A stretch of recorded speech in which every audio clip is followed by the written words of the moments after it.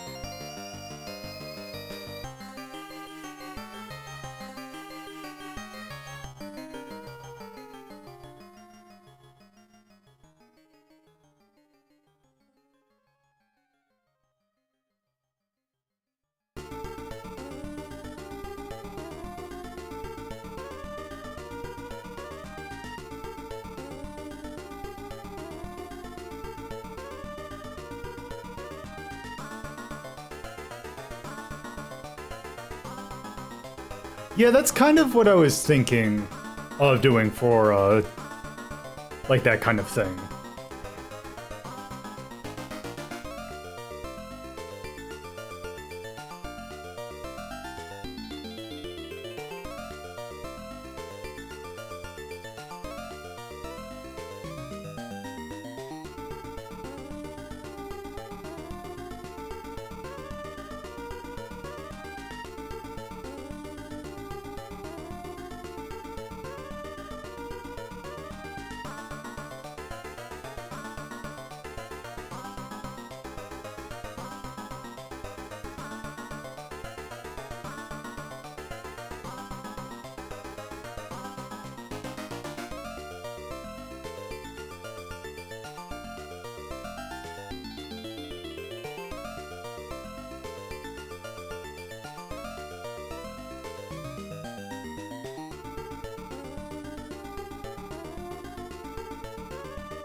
Yeah, that kind of makes sense.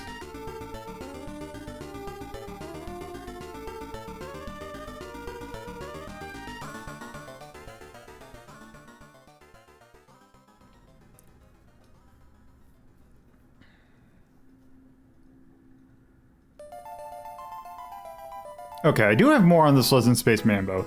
There we go. I don't like that one. There we go.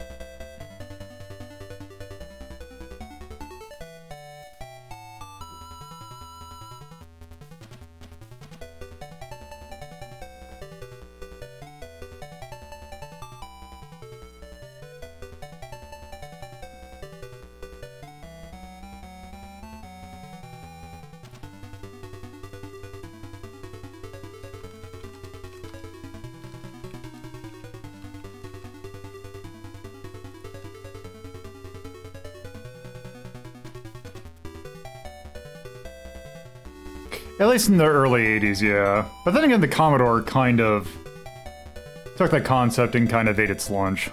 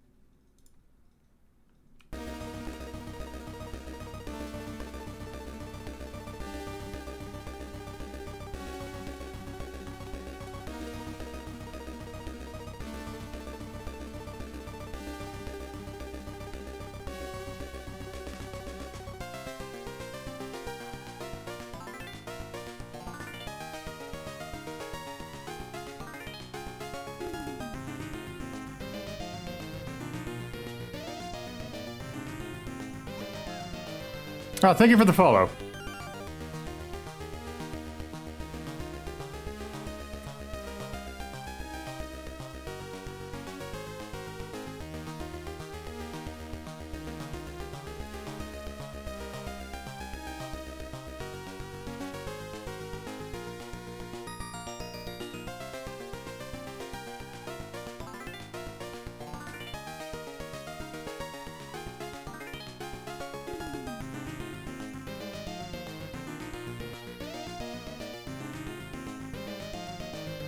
It's funny, I use Chatty for keeping an easier eye on my chat.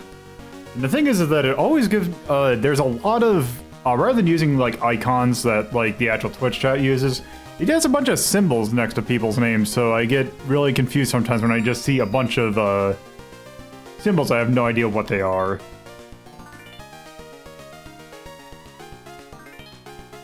Hey, Loco.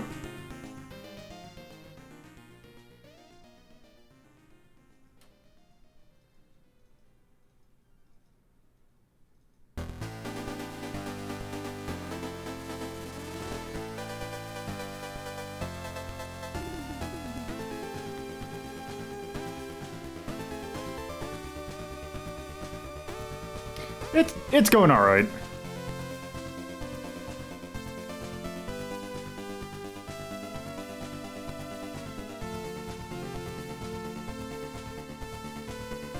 All right, let's go ahead and get this show on the road. Once I get the right button, there it is. So, hello and welcome to another episode of Retro Inc. Rhapsody. So we are continuing the theme we kind of started off last Saturday, in which we are taking a look at various microcomputers in episodes this month. Last time we took a look at a PC-88 game, and this time we're taking a look at what I would say is primarily another... It's definitely not Japanese. It is both Japanese and not Japanese because it's actually a Microsoft product that had a lot of, I believe, if I remember correctly, that there is a lot of Japanese hands that were in the creation of this. I would say it's a computer system, but it's kind of more of a platform because there was not just an MSX, like there was a Commodore 64 or a ZX Spectrum. The Commodore or the MSX was a standard that multiple different, basically different manufacturers would, make an MSX. Like there's no Windows computer. There are plenty of computer builders, but yeah, the MSX was a standard rather than a concrete thing like, as I mentioned, the Commodore 64 and the ZX Spectrum.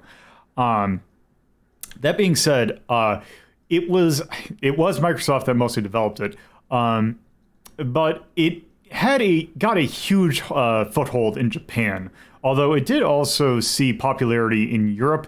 I've never seen anything concrete. Supposedly there was a run of MSXs that actually came out in the Americas, but I could not find, I've never been able to see, oh, this is an American MSX, or even a South or North American MSX.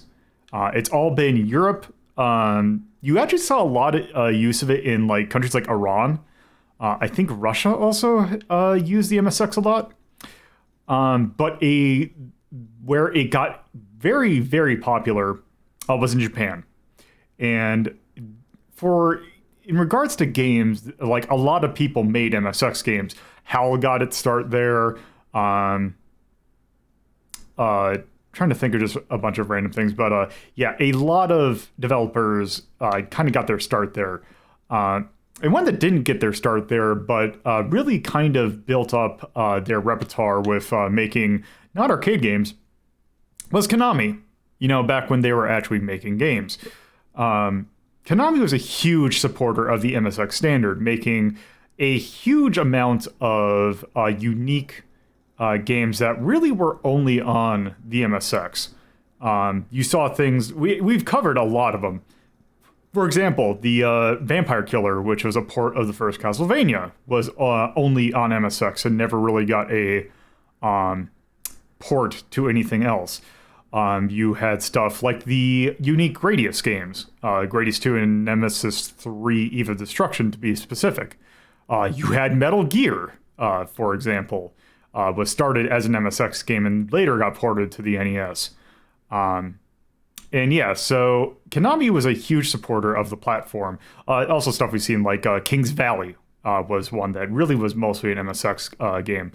So we're going to take a look at a few more today. Kind of going all the way, we are starting pretty early on. Actually starting in the 84, going to around... The MSX actually lasted a little bit into the 90s, but by 90 it was pretty much toast. People who were developing for the MSX usually moved on to either the PC-98 or to the Sharp X68K, which, yes, La Mulana is a huge love letter to Konami's many MSX games. Mesa Gallius and King's Valley being specific ones that it calls out. So yeah, also we're going to be taking a look at one which I don't know exactly how much influence it had, but it is one that definitely, I would imagine, had some influence. But regardless, I think it's about time we actually started taking a look at the games we're doing. So this first one, I said that I was doing games that were exclusive to the MSX. This first one actually isn't. This one actually technically is not exclusive to the MSX, but you did see it. The only other platform you saw it on was the ColecoVision, because the MSX1 standard was incredibly similar to the ColecoVision, to the point where a lot of emulators for MSX games just run ColecoVision and SG-1000 games as well.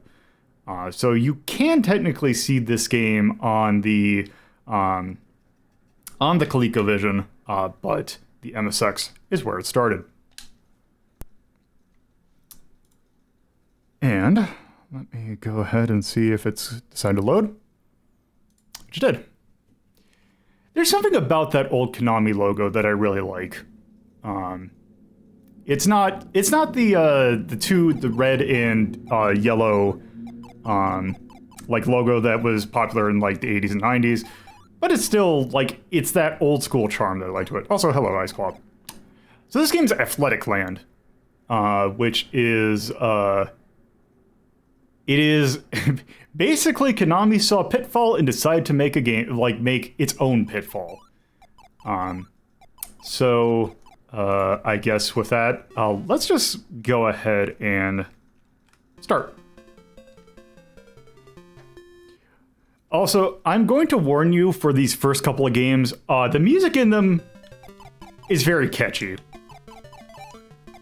So this game is fairly simple. It is you walk and you jump.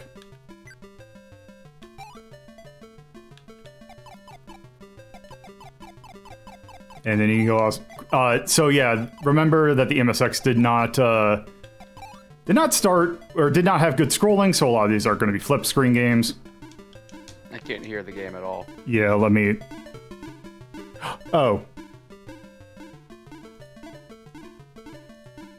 There we go. Yeah, that's better. Okay, there we go. Okay. So yeah, you just gotta bounce. Just hit the button in time with the thing to get across. And then sometimes there's just screens that don't have anything on them. You can kind of... I have a feeling that this game was made for small children. And actually, I think we'll get a confirmation with that with the next game, which actually, spoilers, is totally not this game with a different coat of paint.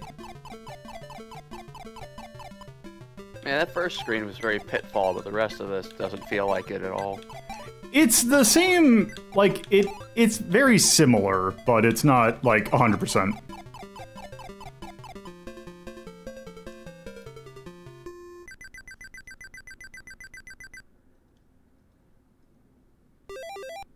So, yeah. And yep, once you do that, you go ahead and, do the same thing again, except with harder screens. I hate this screen in particular because this actually has quote-unquote fall damage, because if you fall too much, you will just die. Or you will not die, but you will get very upset.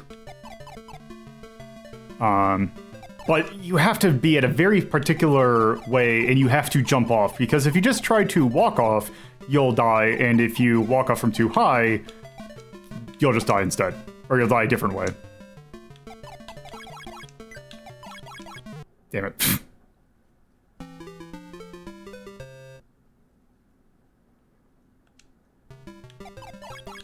Yeah, this was really Pitfall for kids. I really thought that this was gonna loop. I don't know if this counts as a loop. Yeah, because we've kind of seen all the screens. It's just they add every time you go 10 screens, they add more stuff. No, you don't. It's not Spelunker where you just die in the middle of the air. Also, this music's so good. This music just gets. It's very catchy. Would you say that it's a shame that it's in this game? I mean, if it didn't have any music, I think it'd be worse off, but... Can you even jump high enough for that bee to hurt you? I don't know... Okay, so you can't... Oh. Okay. Also, you can go back screens if you want. Why would you? I don't know. Points, I guess? More score, I guess? Yeah. Oh, by the way, with these little platforms, if you just walk off, you will die. Which is actually kind of funny, because what you can do is if you are too close to that thing, you can just jump across it and just die for no real reason. You are but a small child. Okay. Okay, so I'm gonna rewind a little bit, because the thing with a lot of KonaMSX games is it just has the point where it just wants you to die. And this is the point in which it's like, okay, this just becomes unreasonable. Or at least not unreasonable, but it just becomes really hard. Also, for some reason, that screen just doesn't have anything on it. I mean, it's a breather. You know, you gotta pace yourself. You don't want any of the youth to learn that you have to take the entire obstacle course in one sitting. See, and then you got stuff like this, which is really annoying. Actually, I just realized I should have put some of the Hyper Olympic games, which actually I might. If for some reason so I'm not expecting to spend a whole lot of time on these games, but if we have a lot of time left. I might just fire up some of those. Okay. So, is there any plot to these? Nope. Really? Yep, nope. Once you get to stage, once you get to stage 99, it just loops. See, that's what happens if you do that. No, I'm fine with that. I was just wondering if, Oh, we're trying to go someplace? No, or if, some of the manual writers got inventive and, they claim that this is a character that we're supposed to know for some reason. I don't think so quite yet.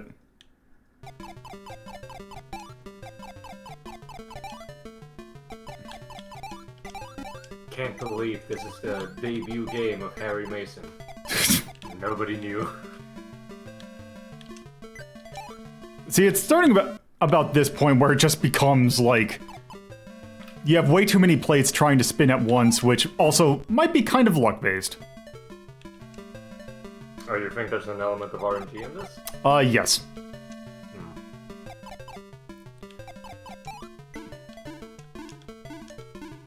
Okay, this wasn't that bad. Yeah, but you did get the apple. Hold on. It okay, existed a little bit before its graphic was drawn. I was very confused for a moment, like, what even hit me?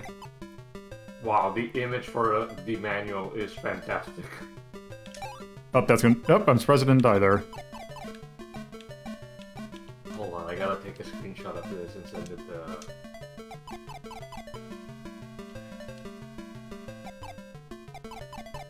Oh, the Konami logo has gone through a little... Yep.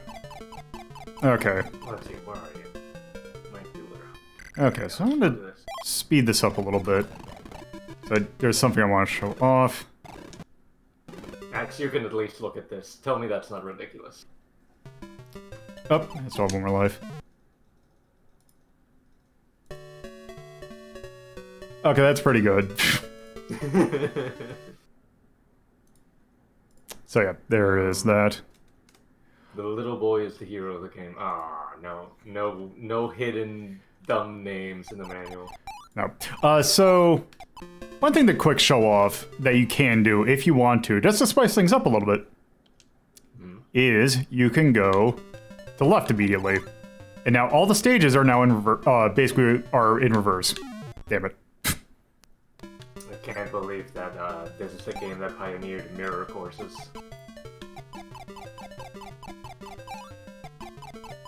I just like that you're jumping over a radish.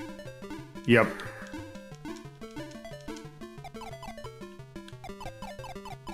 If for some reason you don't want to go left or right, now just want to go right to left.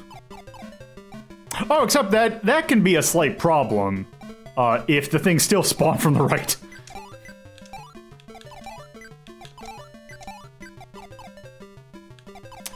Yep. You go left if you at the very first screen, if you go left instead of right, you will now do all the stages now go right to left. And that didn't look right.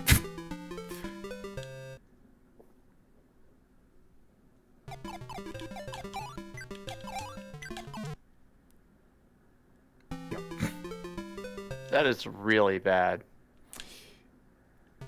Yeah, I get why they had, like, I just kind of wish that they put something in between the pillars so that it doesn't seem like, oh, you just died for reasons? Damn it, I was hoping I didn't get extra life so I can just die and just move on to something else. I mean, you can always just move on to something else. I could move on to something else, but also... You have the power of veto. I can just do that. Alright, so... let's go ahead and rank this. So, let me get my little ranking music. There we go. Okay, let me get you up. So, Athletic Land. It is a game that is very okay. It is extremely adequate. It is It's the most Pitfall for adequate, kids. perhaps. It's Pitfall for kids. It is Pitfall Jr., that is correct. Actually, technically I shouldn't say that, because there is a game that stars Pitfall Harry's son. Would you say that this is harder or easier than Pitfall? I would say it is... The scorpions do not jump. Crocodiles do not jump. Bouncing balls do. It starts out easier and then gets progressively hard. Like, it gets harder really quickly. So we have Pitfall at 9. I actually think that might be a good spot for it. Well, actually, maybe like 10. I think it's slightly above average.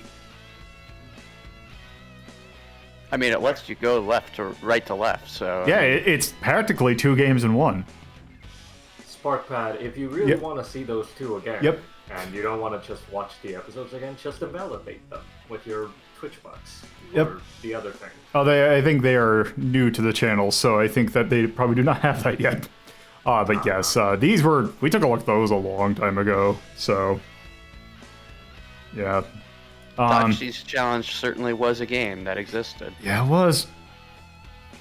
I mean, I'd say, like, that was very bare bones ass game. I would put that at like 11. I'm fine with it being 11. Yeah, no complaints here. I actually was about to complain that you're putting it at 9, you're putting it on bar. Yeah, 9's way too high. So 666 is games that we refer to as fascinating nightmares, which is games that are not good, but they are worth looking at in ways. Think of movie terms where you hear like so bad it's good. Yes. It is the category that Mr. Bones and Tower Chihuahua and Hugo goes in. Is there anything that we want to... actually, there is one thing I definitely want to put. And that is... Where are you? There you are. Really, I didn't think it was all that earwormy. It was okay, but it didn't really stick with me. I've already forgotten it. Yeah, sure enough. I don't really think it was charming. The gameplay is okay. There's nothing really to call out. Storytelling and difficulty is not really that high. Like, I mean, it gets high later on, but that's just kind of how those games go. The art was okay, but I can't really think of anything else to call out for it. I mean, serviceable. Is it their first game on the MSX ever? Oh, no, because they were doing stuff, I think, in like 82 for the MSX. Well, I mean, I guess it could have looked worse, but Yeah. that just means that there's literally nothing noteworthy about it. There are some mechanical decisions that I'd say aren't very good, Yeah. particularly the dropping off and losing a life. Yeah, unfortunately, that was just kind of a lot of games did that, especially platformers of that time did that, which is not great, but also still. Immediately dying after jumping that small platform and, you know, like, you could have just jumped back, kid. Yeah. It's like a real floor is lava kind of scenario. Yes. All right. I think that is going to be good for Athletic Land. So, wrong one. So let me take a look at what our next game is. Our next game is very similar. Some might say it's actually the same game, however, with a slight upper coat of paint.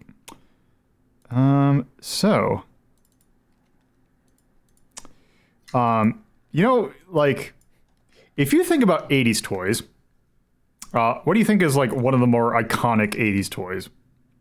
Stretch Armstrong. Turtles. Yes, but also think of different demographics. Barbie. Transformers. Close. What about Cabbage Patch Kids? No, never heard of them. I mean, I've heard of them, but I don't remember them being, you know, like, that hot. I remember seeing, like, a lot of stuff around Cabbage Patch Kids. I did also. I'm just being an asshole. Yeah. So I guess they were slightly popular in, like, Japan as well. So Are they? I guess because they made a Cabbage Patch game for the MSX. And that's actually I believe that is actually the version that is available on the ColecoVision. Basically, Athletic Land was just made into a Cabbage Patch Kids game. I'm gonna be honest. Every time that something like that it comes up and people think like, I guess they were popular in Nation. I think wouldn't the opposite be more likely? Like Konami was making enough popular enough games that Cabbage Patch Kids like offered them a license, and you know who's gonna say no to money? Well, I would say that would make sense, except for the fact that this never came out over here, where Cabbage Patch Kids actually originated from. Sometimes that just happens when like the licensor is like, I don't think your product is gonna sell over here. Possibly. But one thing about this version is we can customize our character. Oh, we can choose a different Cabbage Patch child? Yep. Die? Yes. Because I assume they didn't change anything about the rest of it. So they're just going to die immediately when they fail a jump. Okay, so if that's the case, maybe we need to make ourselves also... Okay, we get a choice of a dress or a slightly slimmer thing with pants. So let's go here. Also, we can name ourselves. So let's give ourselves a very tough name. Finale.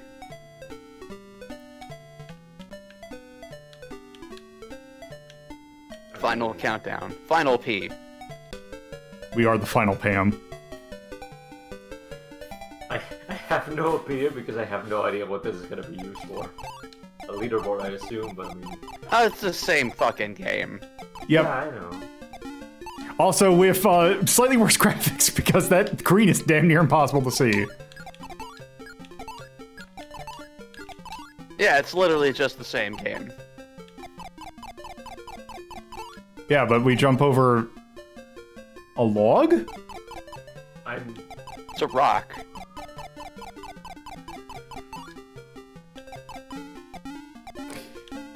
Yeah, that cabbage is damn near impossible to see. Ow! Like that.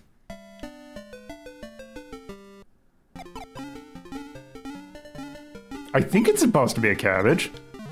What? I think it is also. Whoop. I don't know why they hurt Wait, us, why does that... we supposedly came from them. That hitbox also is slightly different. Oh, the water holes are back. Yep. Yeah, it's just the same. Yeah, it's the same game. With a character creator. Yep. And the name, I assume, means that there's a leaderboard when you finally die. You know, for the kids that wanted to share their MSX with their friends. It's amazing how much of this is recycled, just with different graphics. Yeah. Also the same year, too, so...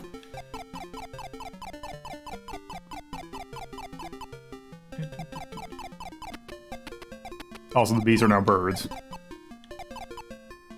I can't see half the shit that's going on. This didn't even change. Don't fix what ain't broke, I guess. Okay, now wait for that. Oh, okay. Yeah, that's... Also, I'm pretty sure that that sprite is what they use in Penguin Adventure as well. God damn it.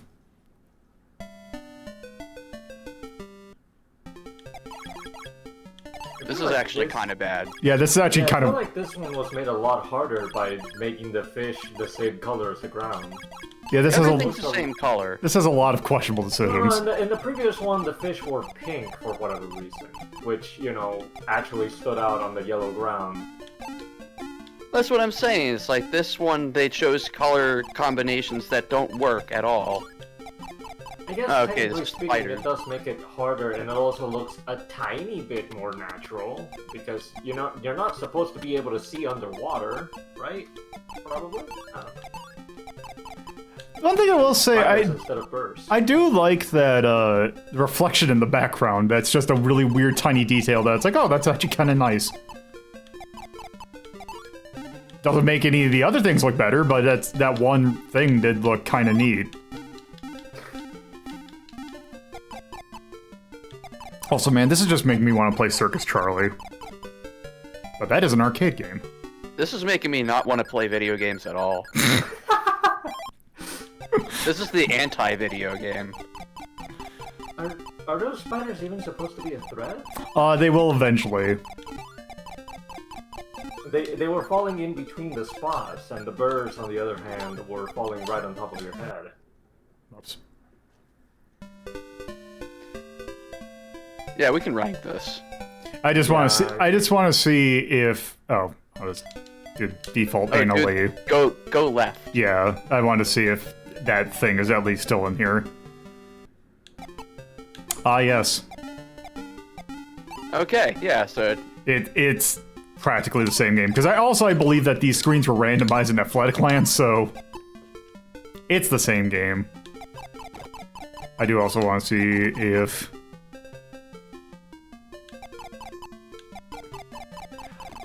I want to see if I just stand at the start, do I just get beamed with whatever will spawn? Nope, okay, so it at least gives you a little bit of mercy, but whatever. Okay, that's Cabbage Patch Kids. That's not even, like, a good cash-in. That's just, like, very hack. Yeah, I mean, it is practically a ROM hack.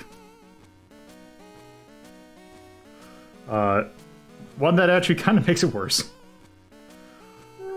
It's like a 15. Things around in the burr dropping scenario, but yeah, ultimately it's like, meh. I'm gonna say 15. Thinking 15. Yeah. I have no numerical opinion in this. That's right next to like California games and that. Sure, let's just move on to something else. 15. Let's see, is there anything else to call out for that? Graphics were really bad. Oh, yeah.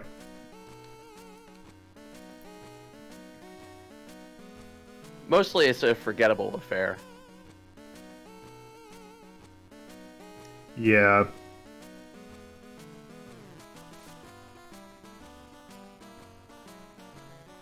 That's all I can think of.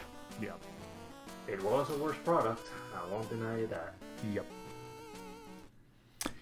All right, so with that, let us move on to our next game, which is different. Although it's of the same genre, it is a very much different game. This one I don't think did show up to anything else. This one actually is exclusive to the MSX. Gasp. Also not really based on anything. I don't really have a whole lot to say about this one because it's just a game. Like, it doesn't have like any weird history. It's just a game that came out for it. But sometimes that is just fine.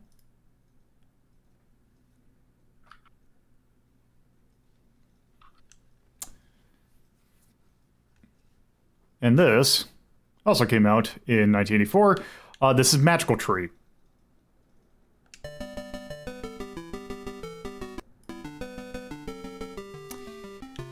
So we play as this little... I'm guessing they're kind of going for a Native American motif.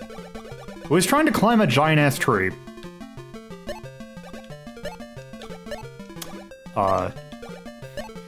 Also, a reminder that the MSX did not do scrolling particularly well.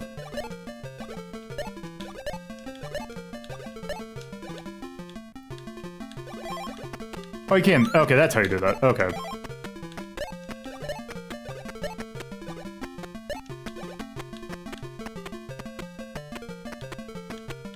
I mean, it doesn't look as bad as I suppose it could have been. Also, the problem is that if you fall like you just fall. Like a brick. Are you expecting the game to like... Actually, I have no idea. Gravity's pretty high. Whoops.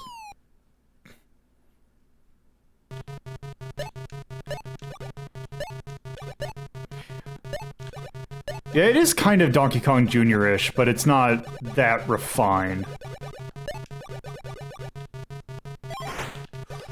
Oh, a sword. Is there a plot to this? We're trying to... So, we'll see it in a...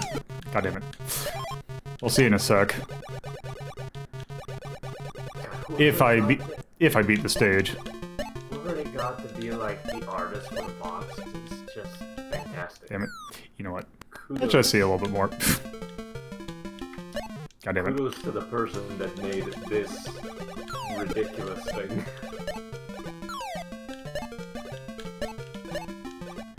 At least the one thing about falling is that it doesn't seem to kill you if you fall too high, or fall from too high. Which I guess is a saving grace.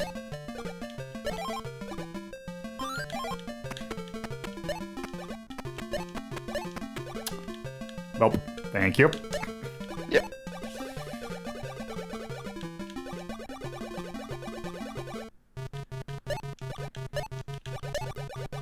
do want to become famous, though. That'd be nice. But also, you don't want to...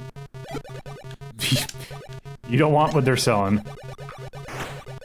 No, I want to get some NFTs. Yes. Since that's the hot new thing now for dumbasses. Yeah, maybe that's how I can make some quick money, is you get non-fungible tokens for every rank. There you go. Congratulations, you now own the rank of P47 Thunderbird or whatever. Why would you do this to me? So yeah. The goal of the stage, or the game, is to get to a castle that's in basically at the top of this tree. Which is 1,800 meters away. So that's way too long. They expect you to play for a while. And congratulations, you've seen practically most of this game. Careful there, Magic Food. You said become famous, so my trigger finger started itching. I was just about ready to hit that ban button. That's what I look for, is just that little pattern of that little paragraph with the become famous.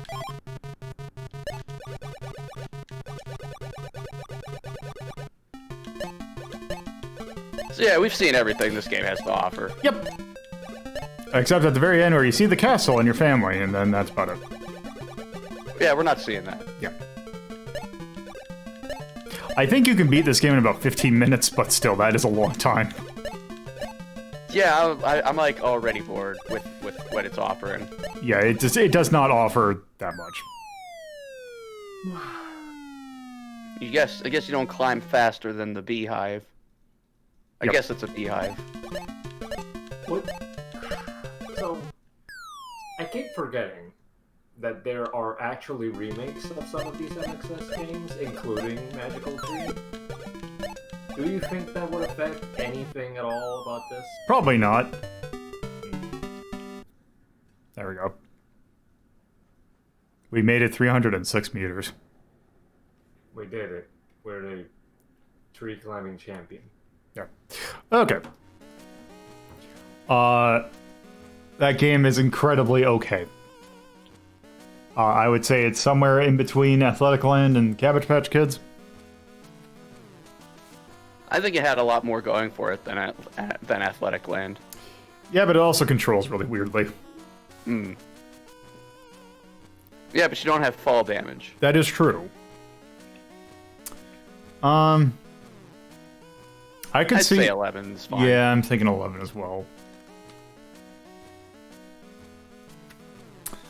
Let's see, anything else?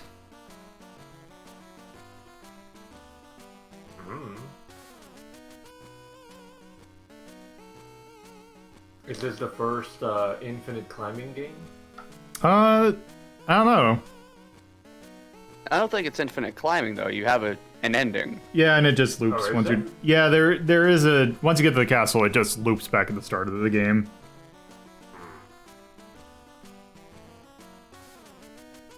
I feel like a lot of these are gonna get like 11 or lower.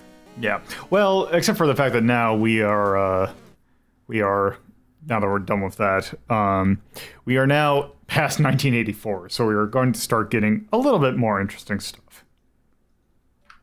So, this next one is, I don't know if interesting is the right word, but this certainly is a game. And I can, in fact, hydrate. That's right, I just did, but I'll do it again. There we go. So yeah, I don't really have much to say about this one, much like Magical Tree. It's just a game that happened.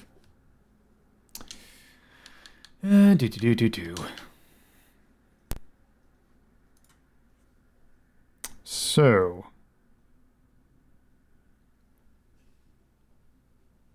This is Pippols. Or Pippols. This is a shmup that is very weird because you're on a lane constantly. So you're hopping in between the different lanes, and you can only shift lanes if there is an opening. Why are plants shiny? I don't know. That's just us having invulnerability frames from recently spawning, I guess. Possibly.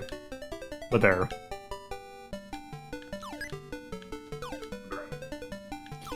I can't believe they were allowed to use the fry monsters from McDonald's.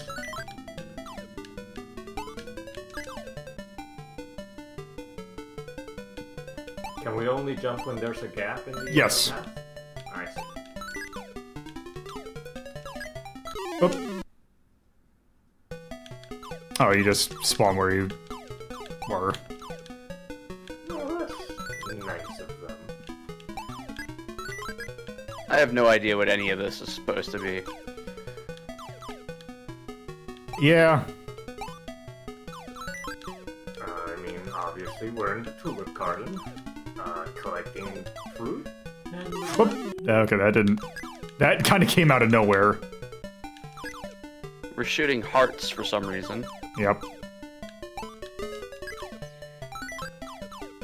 because we are in What love with the hell? nature. Oh, there's two of them. Okay.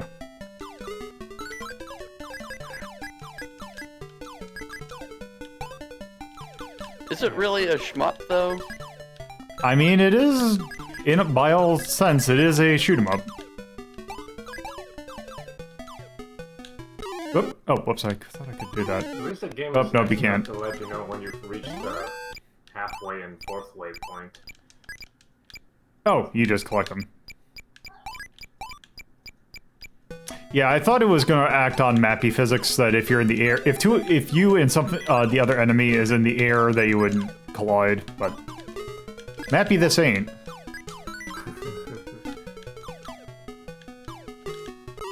Oh, okay. That's right. I wonder what your hitbox is. Your whole body, I guess, from the way it's reacting. Ah, yes, the power of Jesus compels them to go away. Whoop. Okay. You know, I wasn't having nearly as much problem with this as I did when I was testing this. Actually, that's been the case for all of these games. That's kind of how it is, though. It's performance issues. By performing, yeah, everything changes. I don't know if moving faster is a godsend in this or not. Okay, I'm curious. What happens if I just... Oh, it forces it.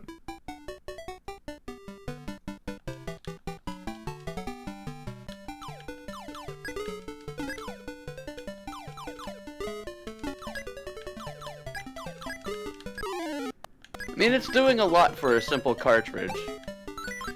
Also, the scrolling is actually surprisingly smooth, although the MSX does vertical scrolling a lot better than it does horizontal. Do you think that's why Konami released apparently 2 vertical scrolling games instead of, anything else? Oh, they released a lot of horizontal scrolling games. I mean, they were exclusive Gradius games for the platform, so That's fair. which those games are a nightmare to play unless you have a patch that actually makes them a little bit smoother.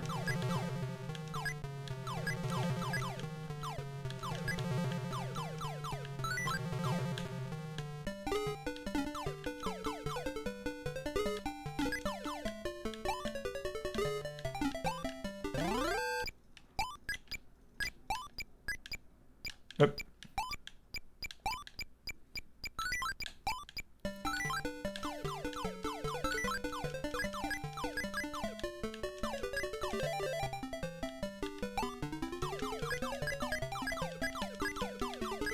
It looks like you can't shoot left or right, only up and Nope, down. it's only up and down. The only way to hurt things by the side is to get a stopwatch apparently. Or, a cross. Yep. Which technically doesn't mean you're hurting them from the side. Eliminating them without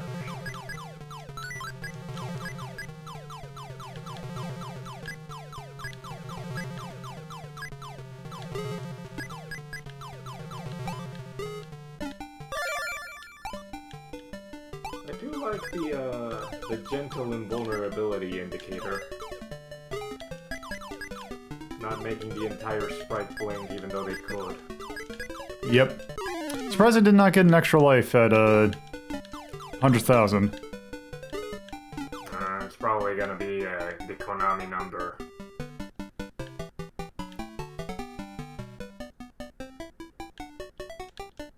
Also, I have no idea what this map, like, corresponds to.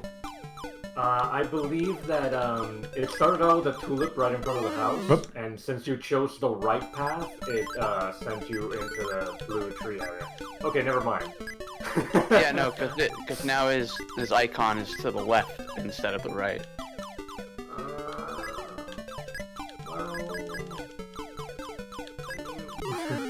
Maybe it's random. Who knows? Maybe it's random, maybe you just looped all the way to the right and now you're coming out of the left side. Who knows? Yeah. It doesn't really affect you, I suppose. I suppose. Unless it's gonna be a Tower of Duraga situation and you're like, you took too many rights. You'll never reach the end because you backtracked. Yeah. Alright.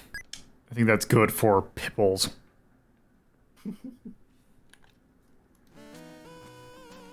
So, with that, my game was, again, okay. I say it's better than Athletic Land, but I don't know if it's by a point or just slightly better. What do you think? Yeah, I think it might be slightly better. But 10 worthy or 11 worthy? Yeah.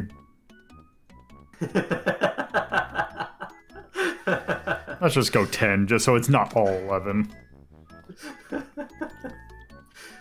That is such a good sign. Yeah. Can't really think of anything to mark for it. It was mostly inoffensive. Yeah. Alright.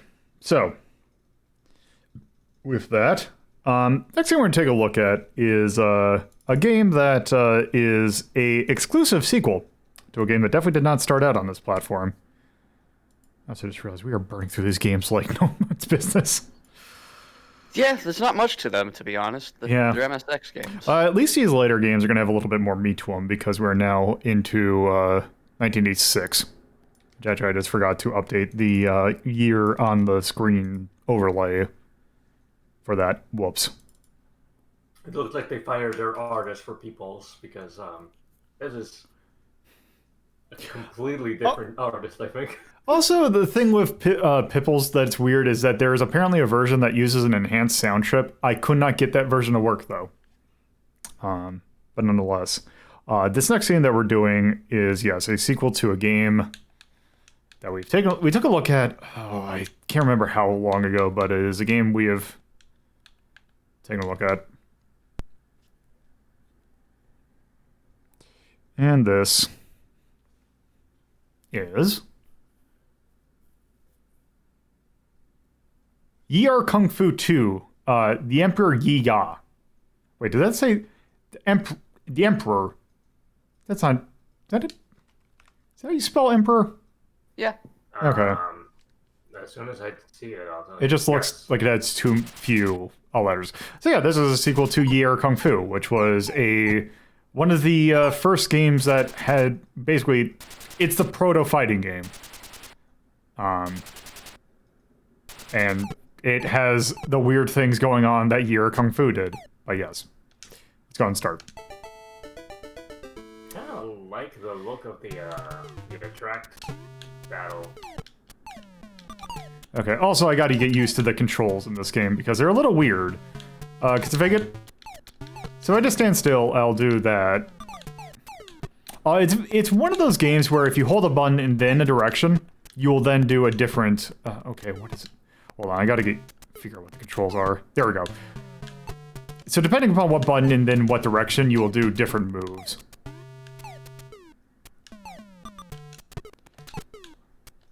Yeah, I already don't like this.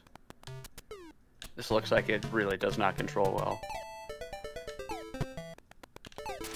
Yeah, okay, Okay, hold on. What is my jump? I assume it might just be up, like a fighter. Okay, I know you can jump forward, but I'm just trying to remember how you do it. I mean, we saw the attract battle do it, so I think you're right. So I'm doing an up kick by just holding right and up. Also, he is kicking my ass. Also, I'm pretty sure there's no block either. Yeah, I don't think there is, but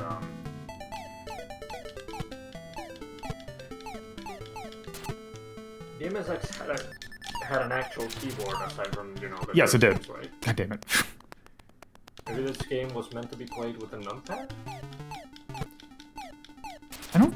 Maybe.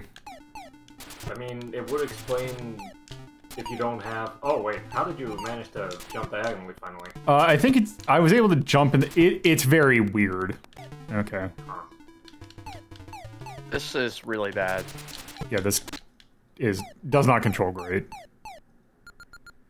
I wonder if there's a tool assist speedrun of this.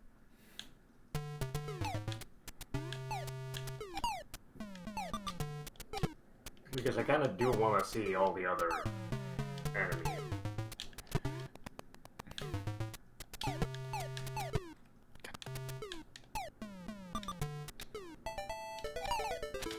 Oh, that's just the one guy. Oh no, they come from the right now. Great, fantastic.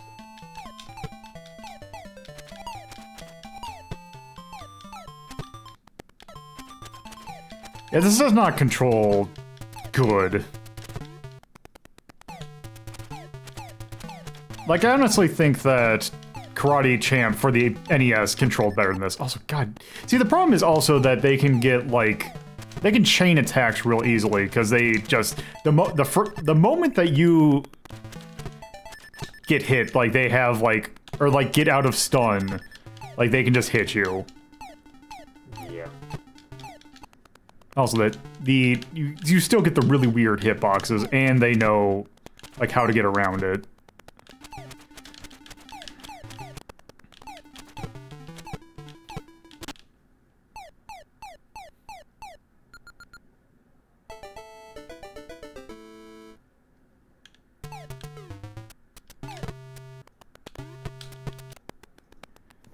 Okay, let's...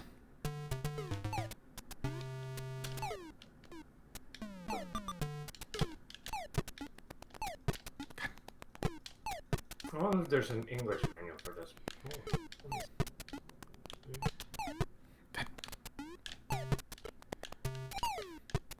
Oh, I did not want to jump backwards. There we go.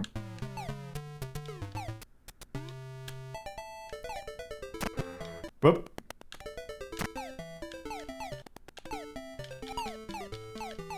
Oh, I guess he's farting at you. I guess.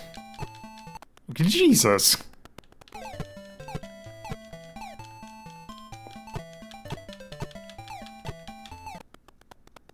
Honestly, I don't like the way this looks, and I assume it plays pretty badly. It plays terribly. Hold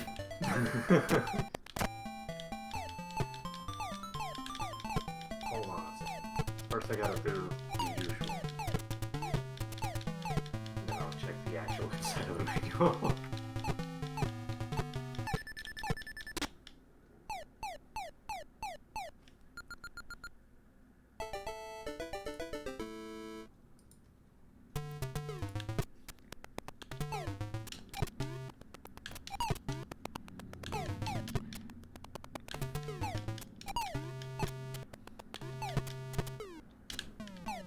Also, there is no mercy invincibility either. Played alone with 2 people. Joystick or keyboard. Yeah, you're gonna take hits, it seems like.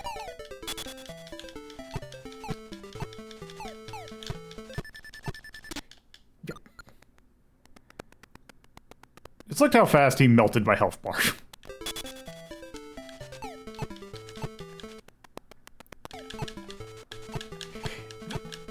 Okay, the problem is that the AI just has, like, like priority over everything. I found the controls. I don't know if you still need them, but sure, why not? Get them.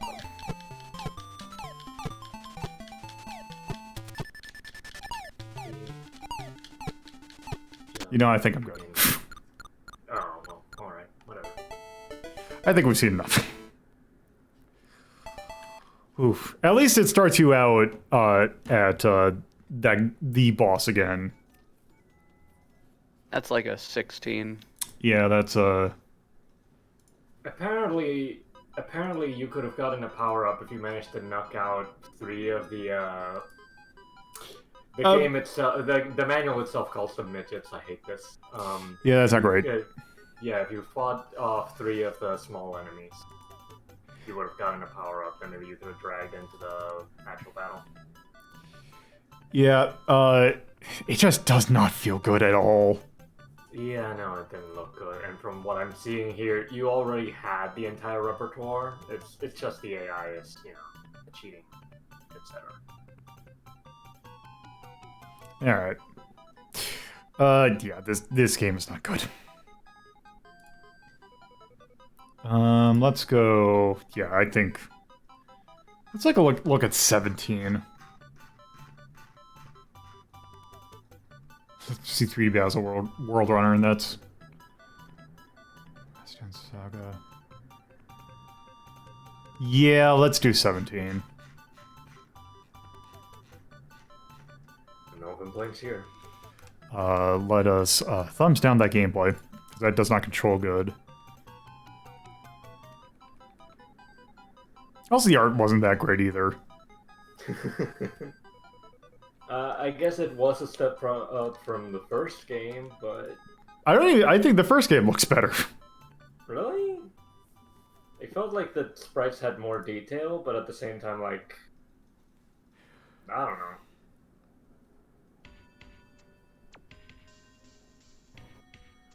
Yeah, you're gonna be done with this episode real quick. Well, so here's the thing. Our next 3 games are going to be really more meat to them. So this next game is based on a franchise that I am very fascinated by, because this is a very notorious property, because this is from a Osamu Tezuka story.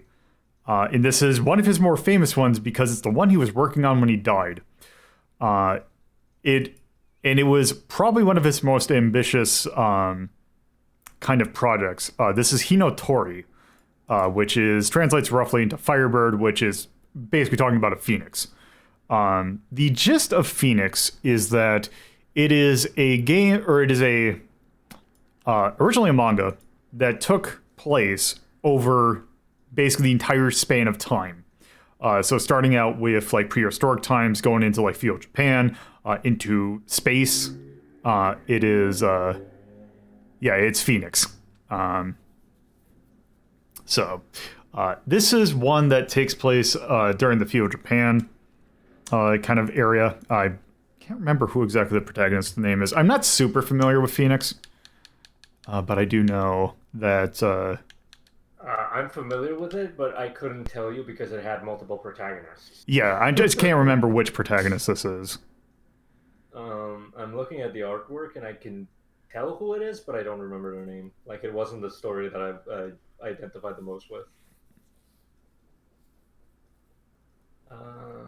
Also, I hope this is the right one, because this is actually using a fan translation, because this is... Yes, here it is. Also, this title screen's really good.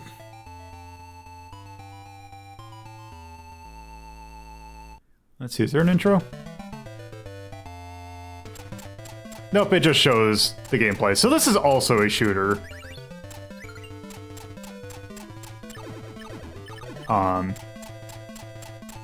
But yes. Let's go ahead and start. Actually, I'm going to see if maybe this has an intro. Nope. Nope, it's just showing more of that. Okay. So this is a shooter that's interesting because you have a jump. Oh, also, you can die really easily.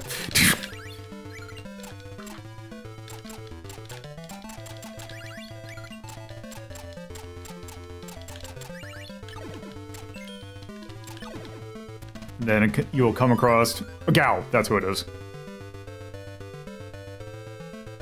Okay, in order to go through that gate, you have to defeat those two and obtain the Spirits Tablet.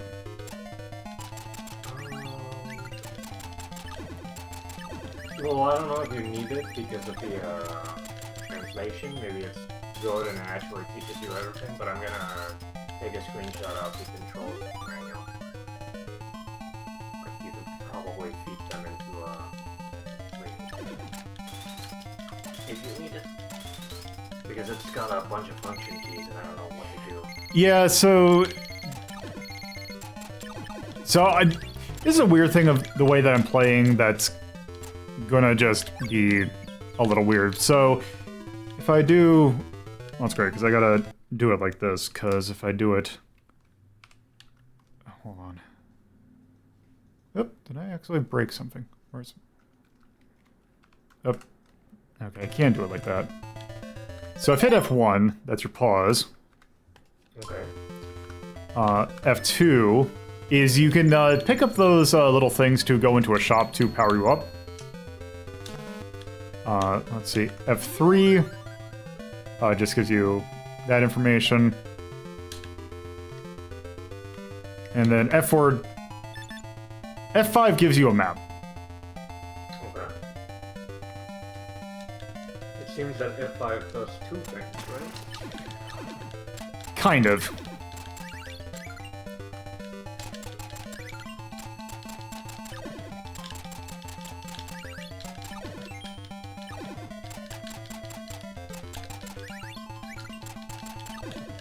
What's the N and M keys do? Let's find out. Whoop, not,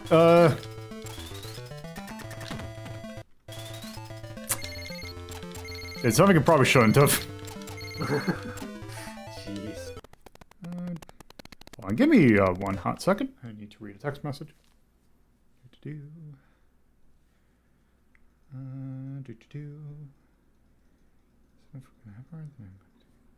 Good. There we go. I'm just trying to check something out. There.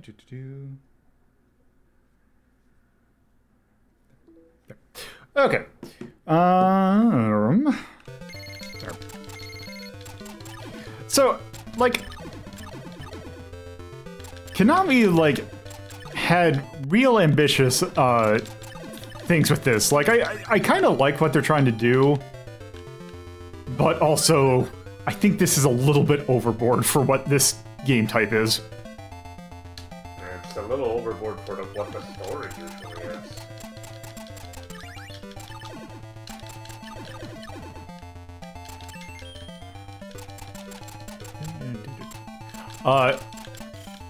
So I actually, when I hit the wrong key, I actually screwed some. Wait. Oh, I was about to say, I'm like, oh, the hitboxes is really tiny in this, so it's actually doing that. You know what? Actually, oh. If you do go towards the edge of, like, if you get stuck at the top of the screen, you will get crushed and just instantly die.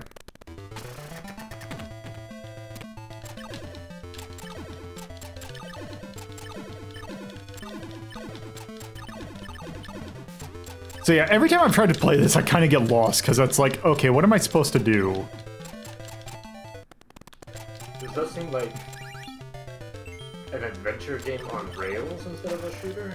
It's more, not so much an adventure game, it's just that it's trying to be non-linear in a way that's not great.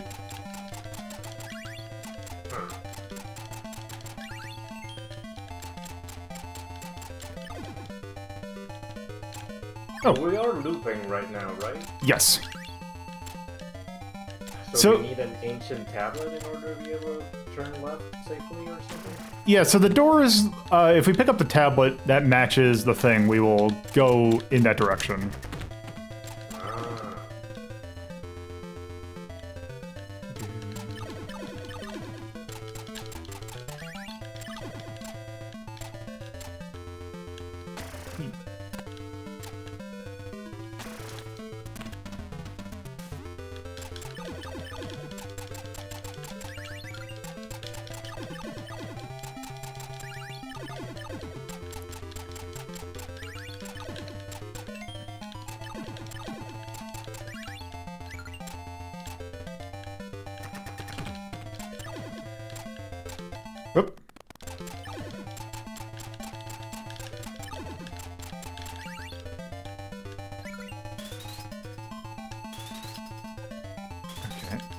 Can't go that way.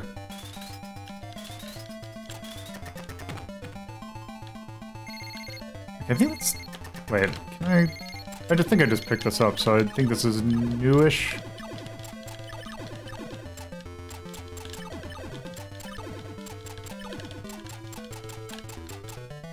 Oh, we definitely been there. Whoop. Wrong time to speed up. So, Konami made another game based on Phoenix for the Famicom. Oh, wait, is there? Yeah, that one is based on the sculptor that makes Buddhas, right? I think so. I didn't know that was also a Konami game, but I did know that it was the other game based on this property. Okay, that's not where I'm trying to go.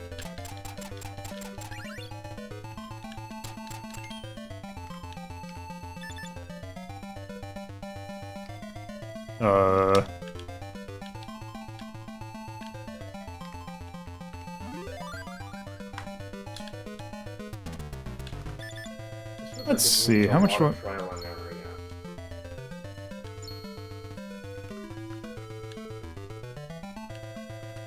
Oh, right, we have to beat this little boss dude.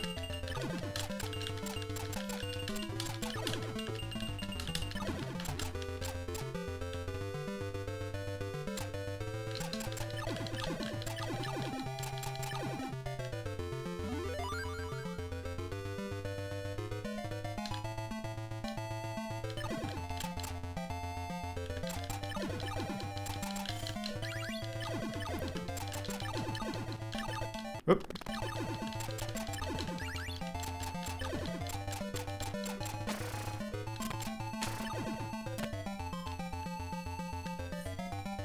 That's, okay. Didn't make it in time. Do all the red enemies always drop an item? Yeah. But sometimes, I think at this point they might not, because I've just already have a majority of the things. Yeah, but I mean, so long as they drop Phoenix feathers, that's still good for you, right? I guess. Also, maybe we can get a chance to kill this thing now. God damn it. Also, I just realized those are supposed to be Phoenix feathers. Oh, you hadn't realized? I thought it was just little things of fire. Okay, there, we killed that thing.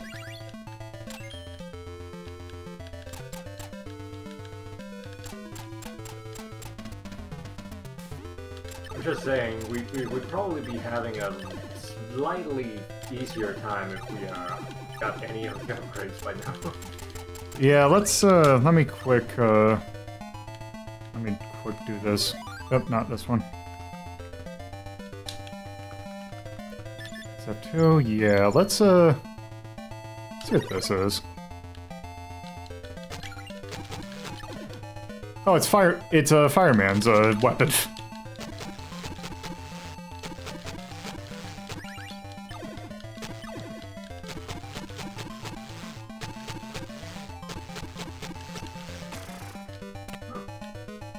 Oh, if I hold it down, I get a...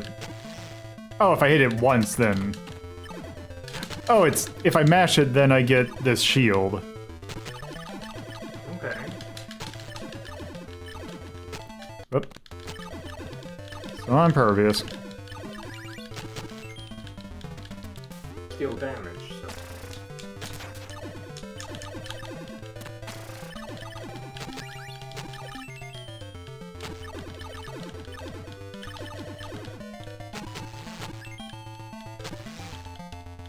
Whoop.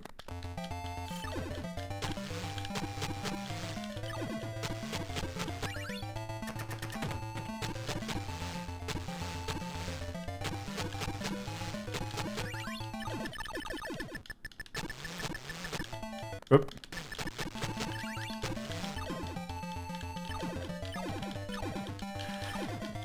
Okay. You know what? Yeah, I think I might actually be good on this. Yeah, I think I might be good. Yeah, on this seems like one of those games that you need to commit to, like, actually, like, okay, I've already been through this loop, I need to get out of this lane. Yeah. Problem is that I don't know how to play the game half the time, so I feel like I'm giving it a little bit of a bad mark just because I couldn't figure out how to play it. Though then again, that could also be that is a fault of the game. Well, yeah, the game's supposed to teach you how to play it, or at the very least, the manual's supposed to be good enough for you to understand what you're doing. I mean, the manual is entirely in Japanese. I don't know if the translator. So the translation actually gives you a translated version of the manual. Oh well. Yeah. Which I tried reading that, and that still also was very confusing. Went cross-eyed and stopped. Yeah, shmup doesn't need to be that complicated. But even then, as a game, it was fine. I would say maybe 10. Because I feel like if you kind of figured it out, it wouldn't be that bad. Was this MSX? Oh, yes, and that was MSX II. I should have mentioned, because yes, that is something that is worth noting.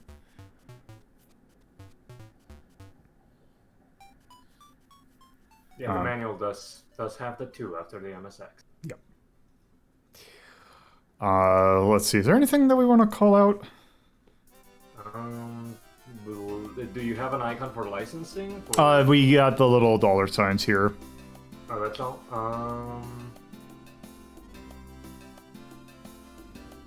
No. I mean, the power-up mechanic always being available is kind of neat, but I mean, it's nothing new. It's been in Opa Opa games and stuff. Yeah. Having it always available is nice, I guess. Yeah.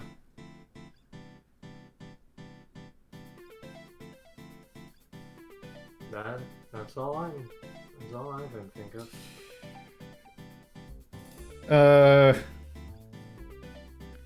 Let's see. Yeah, I think that's fine for Hinatori. This map was kind of dumb. Yeah, actually, that I can see being a thing.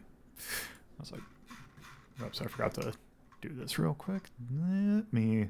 I couldn't tell if it was being filled up because we traveled to the different loops, or if it was filled up because you picked up those scroll items from some enemies. I couldn't remember either. But yes. So, our next game is one that when like people are talking about like KonaMSX games, this is usually one that's held in incredibly high regard.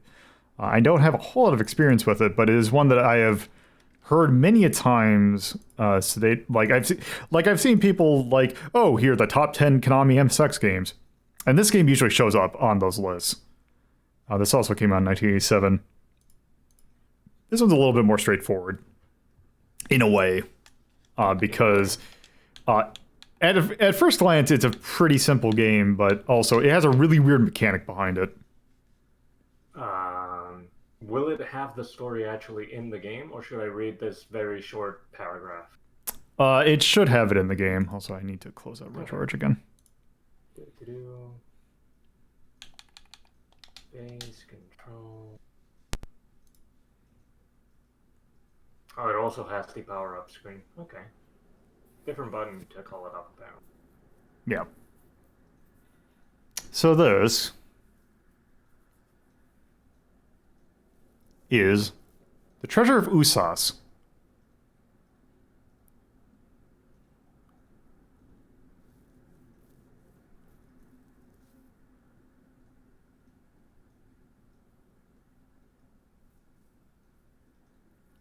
They started a journey to Silk Road in search of the treasure.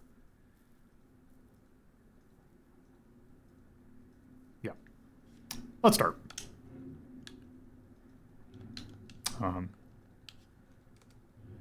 Oh, apparently I hit the password button.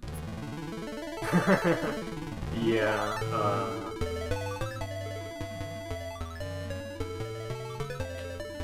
Yes, a party of... You want me to look up the controls to get out of the input keyword? No, I got out of it. Okay. I'm just gonna read the thing because of... Oh, wait, never mind. more story here. Let's see. So Wit and Kless are the 2 playable characters in this game.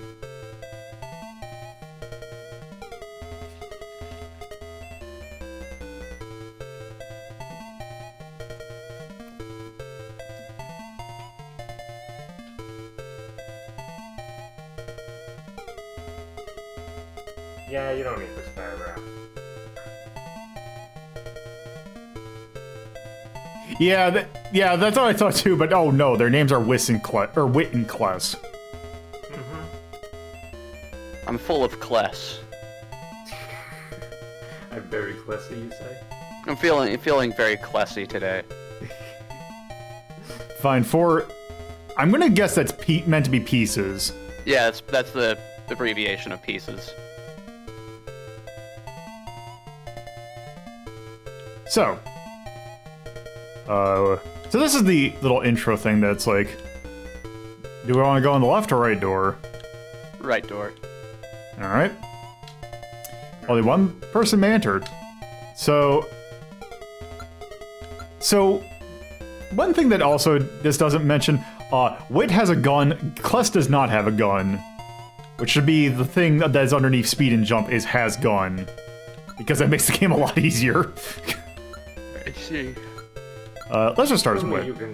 Surely you can find the gun. No, so basically each character plays differently.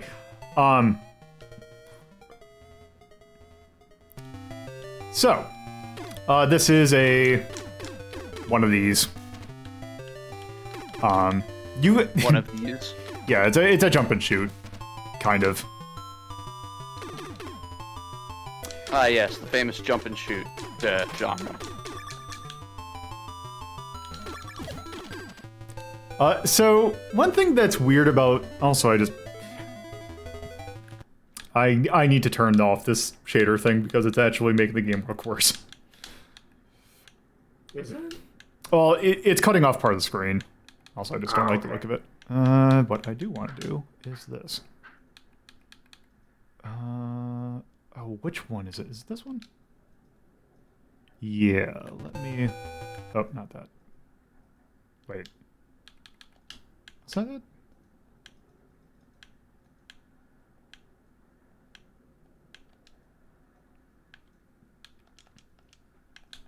You know what, we're just gonna do this.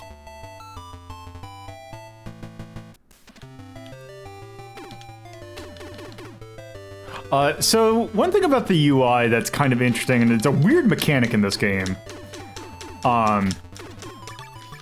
is you see the I think the Japanese kanji, the kanji that's in the center of the screen, which right now the fourth one is highlighted. Those are the emotion things? Yes, that is your mood. Some doors can only be opened if you are a certain mood, and I believe right is neutral, or the rightmost one is neutral. In order to get past certain doors, you have to be of a certain mood. Or certain emotion is how they usually refer to it as. According to this, the emotions are happy, anger, sad, and good humor. You're playing as Wit right now, right? Yes. So gives you... Yeah, so the thing about your emotions is that depending upon which one you have, it will change what your weapon is. Yep. How the hell do you play this as Kless? You basically punch and kick. Yeah. Good humor is continuous kicks. Normal kick is sad. Anger is front roll. I don't know why. So we are now Happy sad. is multi-shots. I guess Kless does get a gun if he's happy. Oh, okay. It says multi-shots, unless it's a key blast, I assume it's a gun. For Wit, good humor is continuous shots. Sad is normal shot. Anger is a flamethrower. And happy is a spread shot of three directions. According to this.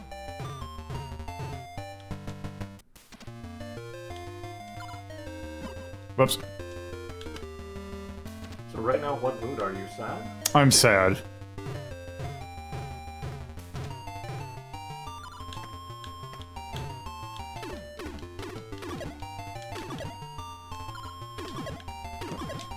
Oop.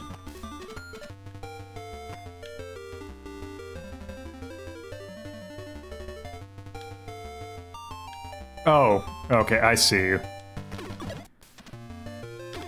Gotta drop the other block on. Yep. So I think this is the European version, so to speak. Yeah, this manual is apparently in like French, German, Yep. etc. Like it's in all the languages. So. Yep. So this is the European release.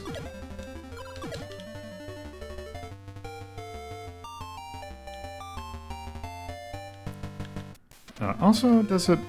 You were saying that it has... Hmm? Okay, so... Oh, here we go.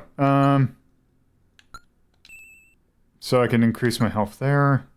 Let's increase our speed. That's kind of interesting. Oop.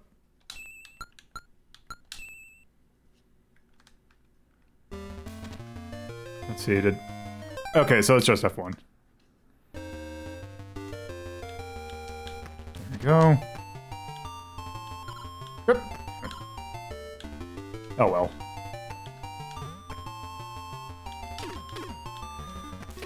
Oh, I see.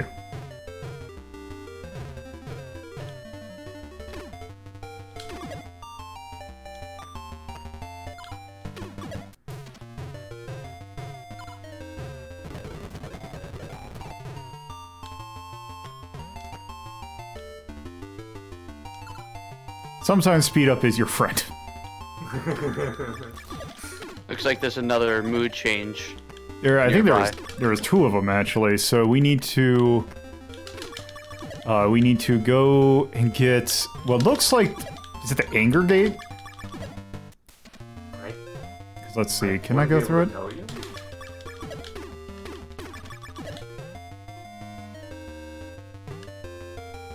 Like the manual doesn't come with icons for it, which is a shame.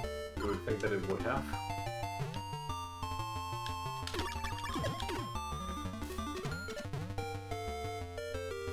Okay, let's see. I think I need this one over here. Oh, jeez, yes. There you go. That's a flamethrower. Also, I like that it changes the music. Oh, except, okay, problem is that same damage, but also... Oh, that's not great. Oh, I can Mario stomp them. Yep, there we go. And then, behind the gate... What do we got? Is boss.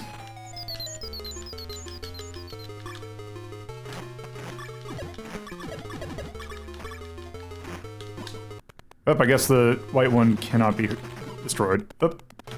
Also, let me figure this out. Oh, and this is a committed jump system, so okay, so I can't like contra loop around it.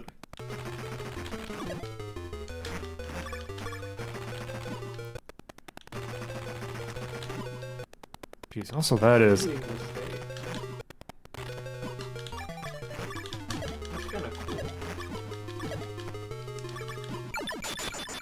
There we go.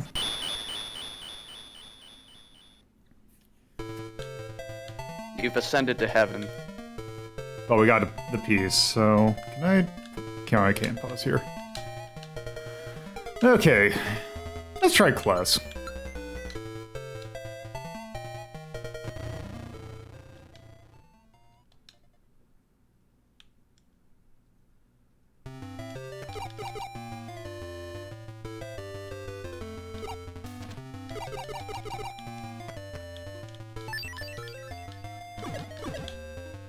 Okay, let's not quite get that quite yet, unless...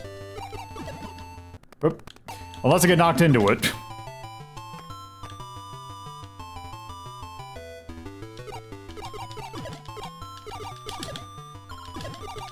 At least Kless can attack real quickly.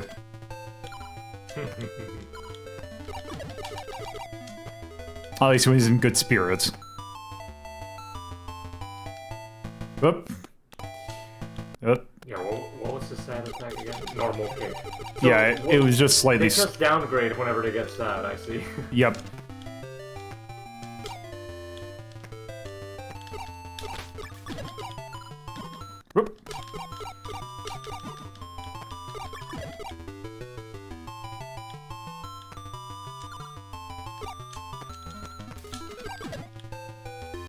Oh. That's a death animation. Okay. I guess they get captured. Yeah, you've got 2 lives, so long as you keep saving your other character. Alright, let's see. Oh! Okay, that's an attack. Whoop. God damn it. Also, watch, please stop telling me that I need to move. You are being rude. Okay, actually this attack sucks. The roll attack?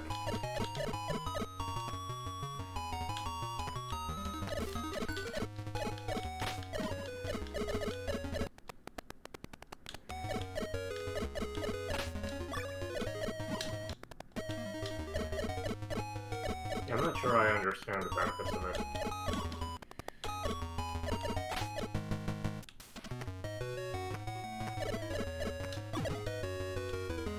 Yeah, like, it's fine on anything that dies in one hit, but if you're trying to... Oh, here we go. Okay. That So is... it's like a shadow kick. That is certainly a way to animate that.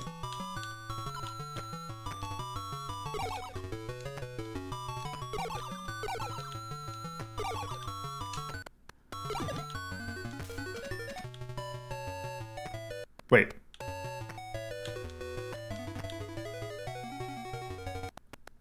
I guess he has cartoon physics and you just walk on air.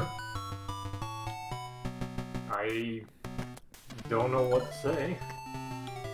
Oh good, this is what the form I have to be in.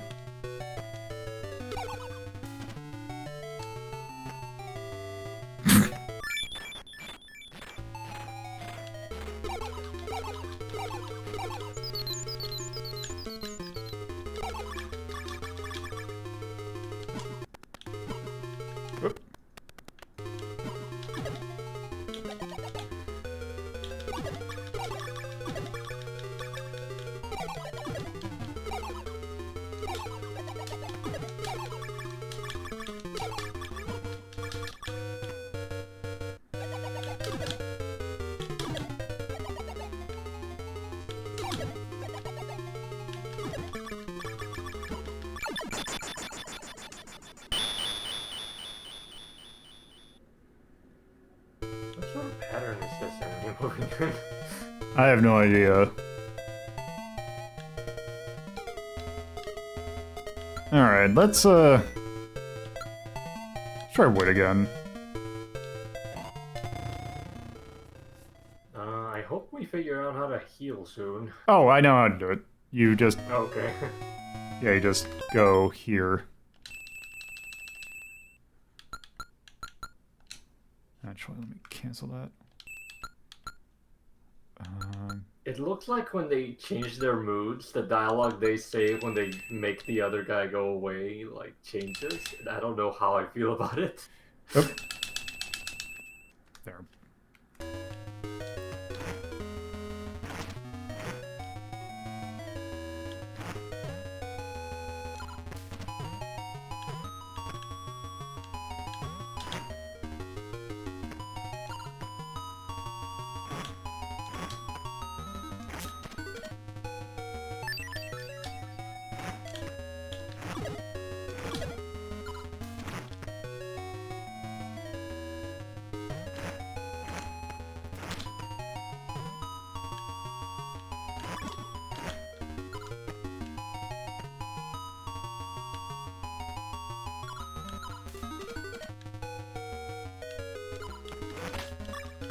Do the mood items respawn, or can you actually get stuck in this? No, they respawn. Okay, good.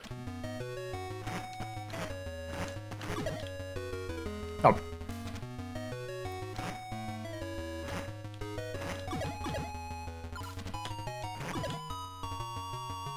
Oh, so which one is that? That is... Oh, that's actually good-natured. Okay. Or happy. I guess happy. Good-natured seems to be normal. No, I mean, not normal. I don't know. But that's sad. I don't. So unless. Unless there's a door marked sad, yeah. Yeah. I really hope that isn't the case. Or I hope that you can open the door, backtrack, get a different power-up, and then move on. Because, yeah, having to fight a boss with normal shot doesn't seem like it'd be the super best. The only thing is, though, that you can only fight a boss with one particular thing, so I would hope that they balance it for that. Oh, it looks like there's a maximum for the speed and jump upgrades. Like, jump can only go as high as 3, and speed can only go as high as 5. That's kind of what I figured.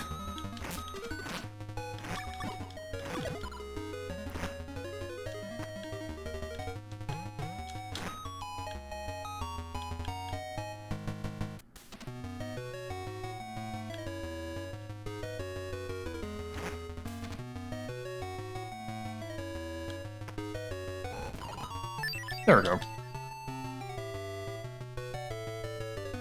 If you hit the signs of the character you're currently using cannot proceed any further, turn back and return to the beginning, exchange the character's environment. So you can actually go left from where you entered and change your character back.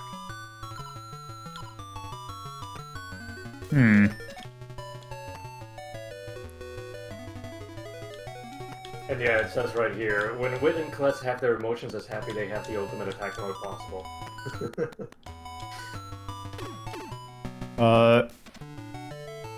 That I think is a sad door. No. Damn. Bollocks.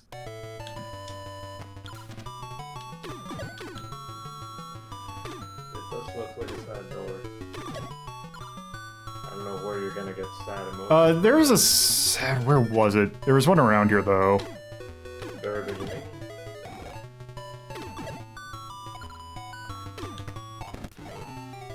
I think it was somewhere... Yeah, it was after... Oh, yeah, actually, I didn't need to go up there. Let's just go back here. Nope, not get hit by that. Not get hit by that.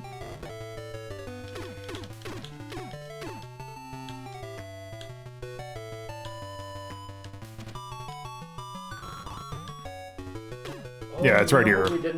You know what we didn't do, but I guess it doesn't matter? What's that? Check if any of the previous games had a second slot connectivity. Oh, right. So that's kind of hard for me to pull off because the way that RetroArch or Blue MSX loads. If I was using Blue MSX standard, that would be something I could do, but just here I can't. Oh, actually, also I went the completely wrong way. Oh, actually, no, I just have to wrap around. Yeah, well, this game claims to have connectivity with Maze of Gallius, Metal Gear, Nemesis 2, and Formula 1 Spirit. So what does the do?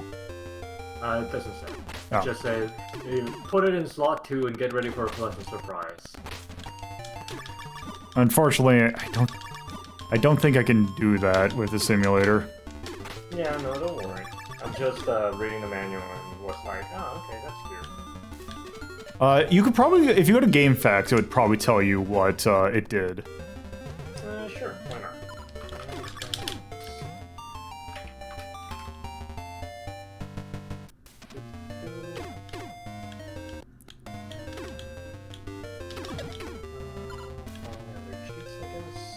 Yeah, it would be under cheats. Okay, so Gradius 2 unlocks a continue option. F1 Spirit makes it so that mood changes don't affect you. I don't know if that's a good thing. That's weird. I guess you would always be at standard shot. Metal Gear halves the damage you take. Okay. That's the best one, I guess. And Nightmare 2, the Maze of Gallius, makes it so that you start with 100 gold. That's not as worth it. I would say the continue one is probably the best one. Right? I mean, with rewind powers, you don't. Yeah, it doesn't about it. affect me as much, but Yeah, but for a standard player on their MSX2. So do you think you can open the door and then get a different power-up, or...? I think. Also, it looks like the bosses are like thematic. Also, that boss is like super easy, so it doesn't matter. Oh, okay.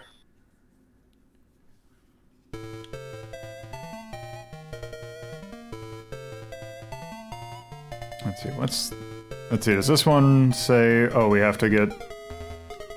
You have to gather 4 keys. Okay.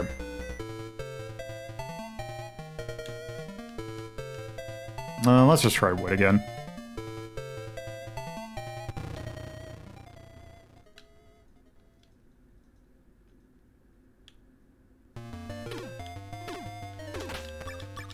What does the PGU at the top right mean? A what? It says Pegu at the top right. Oh, that's the location you're at. Oh, okay. You're at the Pegu ruins. Alright. So we've done angry, we've done happy, we've done sad. I guess we have to do good natured now? I guess.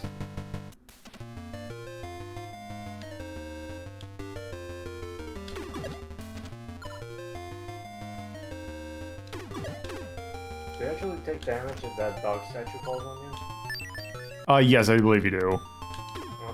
Okay. Okay. Angry's better, but not quite as good. Oh, Yeah, actually, because yeah, that makes sense that that have the value on it. they have the Roman numerals on Yep. them, apparently. The manual says that there's a 100 coin, but I haven't seen it yet in this game, so...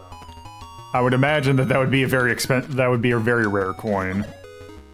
I guess, but the icon it shows, like, it having inside of it, says that it's an asterisk, so I'm guessing it's a star, actually.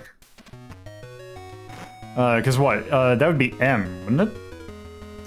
If it's 100, it would be C. Oh, C. If Okay. it's following Roman numeral logic. Okay. So if by that logic, okay. So by if we're thinking that it's good-natured, then there is a good-natured icon up there. God. Yeah, I guess we have to get that to open the door. But let's wait until we see the door. Well, I'm gonna get it anyway because it's just a better weapon. Oh, okay, fair enough. Oh, okay. Good to know. Oh, I see. I would have had to get it anyway.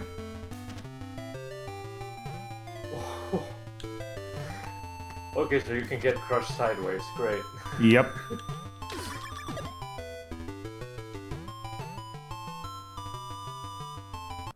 Oh gosh, Oh. it's a time puzzle. Yeah, I just noticed that.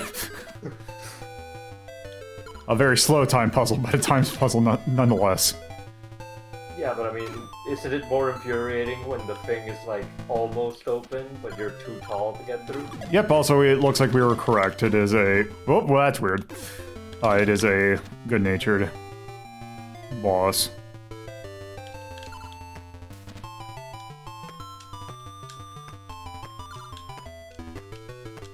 Oh, Damn it. good, you can destroy the, Ah, damn. Alright. You can destroy their knives. Oh, this boss art, you can tell because it's gonna be annoying.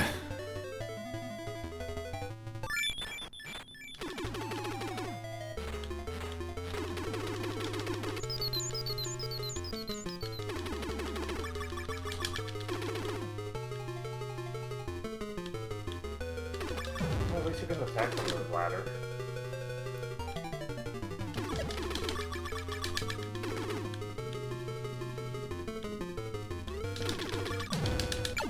There we go.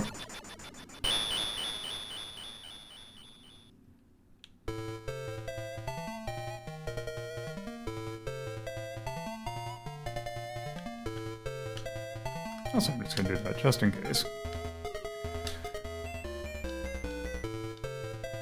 That was a lot easier than I was expecting for like the fourth boss of the game. Yeah, well, also remember, you can do it really in any order. Oop. Oop. Please stop flashing. There we go.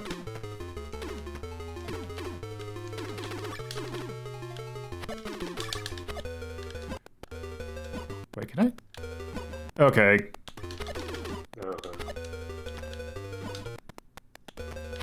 Wait, I'm still too tall after that? Oh, wow.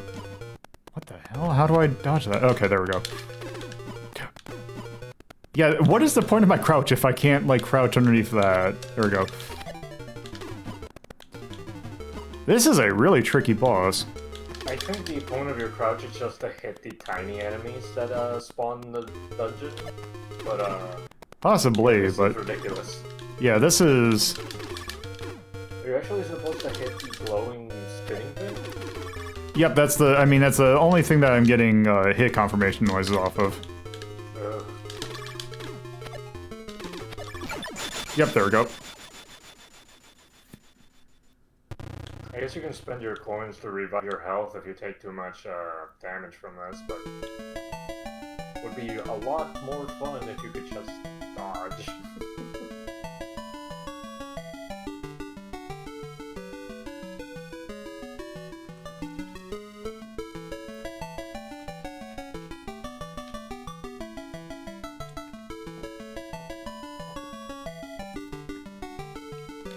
Uh-oh.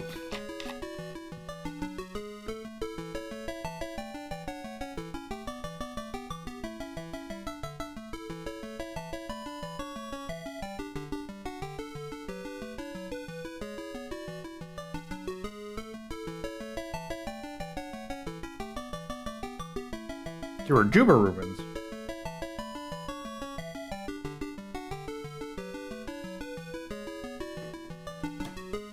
Alright. So this game looks like it will be a lot longer. Yep, it is. But essentially we've seen kind of what this game has to offer. Mm-hmm. Let's see, what's the music here?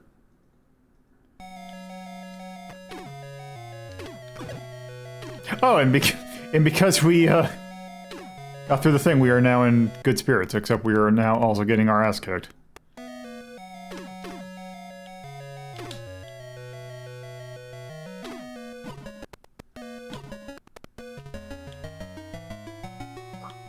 wonder if we're in good spirits because we got through the thing, or because our friends saved us from dying.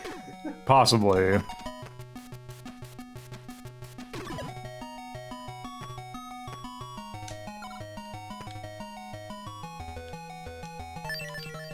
Okay, let's not... Oh... Well, first off, let's... Oh, jeez.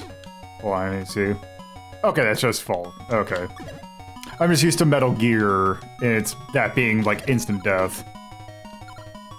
But that would make more sense since it's, over screen. Also, let's, difference is basically attack. Let's... Their attack... Their height, I guess? I don't know if Yep. we actually would have dodged more attacks if we were less instead of width. That would make more sense. It also looks like we have to spend less to level up different stats.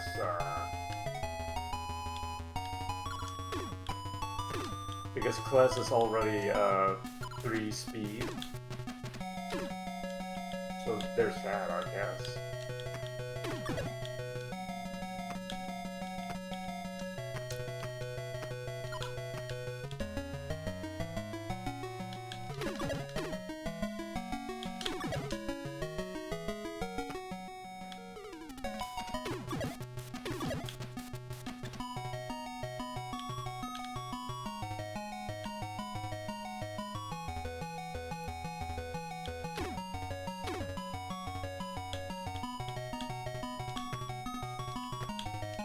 It would be nice if we knew what the theme of the dungeon is, so that we could just collect the mood before we... Yeah, that's I kind of wish I told you that, but... Oh well.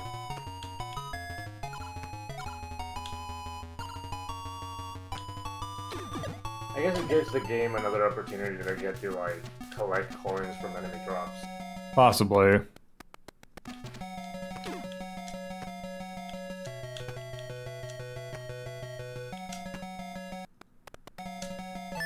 Yep, that's just that.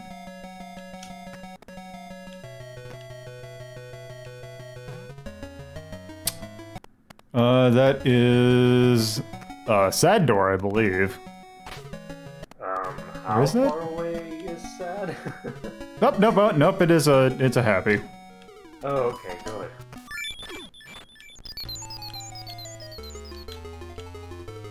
Oh, is it?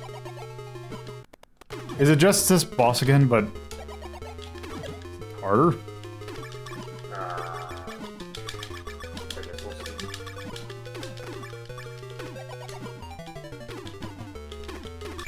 Just feels like the stage layout is the only thing that changed. Yeah, I think that's just... Yeah. Okay. I think that we've kind of seen what this game has to offer. It's not bad. Yeah, it's actually, like, I really like that game. I see why people really like that game. Of the game that we have taken a look at, it is by far the best.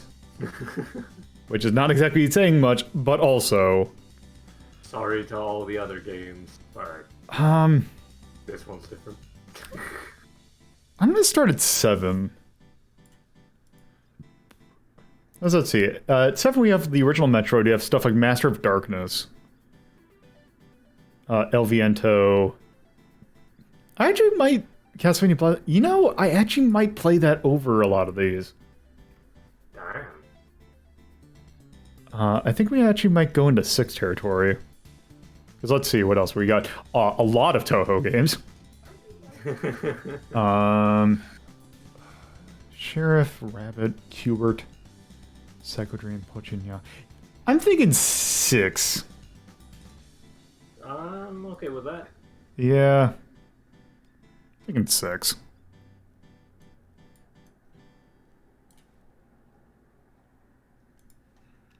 Centuries ago, the war god Indra banished Dusas, the supreme mother god, and threw the 4 pieces of her jewel to the wind. That's essentially the only thing we didn't get in the actual Finger Jam. Oh, okay. I assume we probably would have gotten it eventually. It Possibly. does feel very La Mulana-ish, where it's like, I bet that one of these things is evil. Yeah. So I actually like the music in that game. There are some pieces that we didn't see, like, there's one that I really like, that if I do this, then here, I think it is this one? Yeah.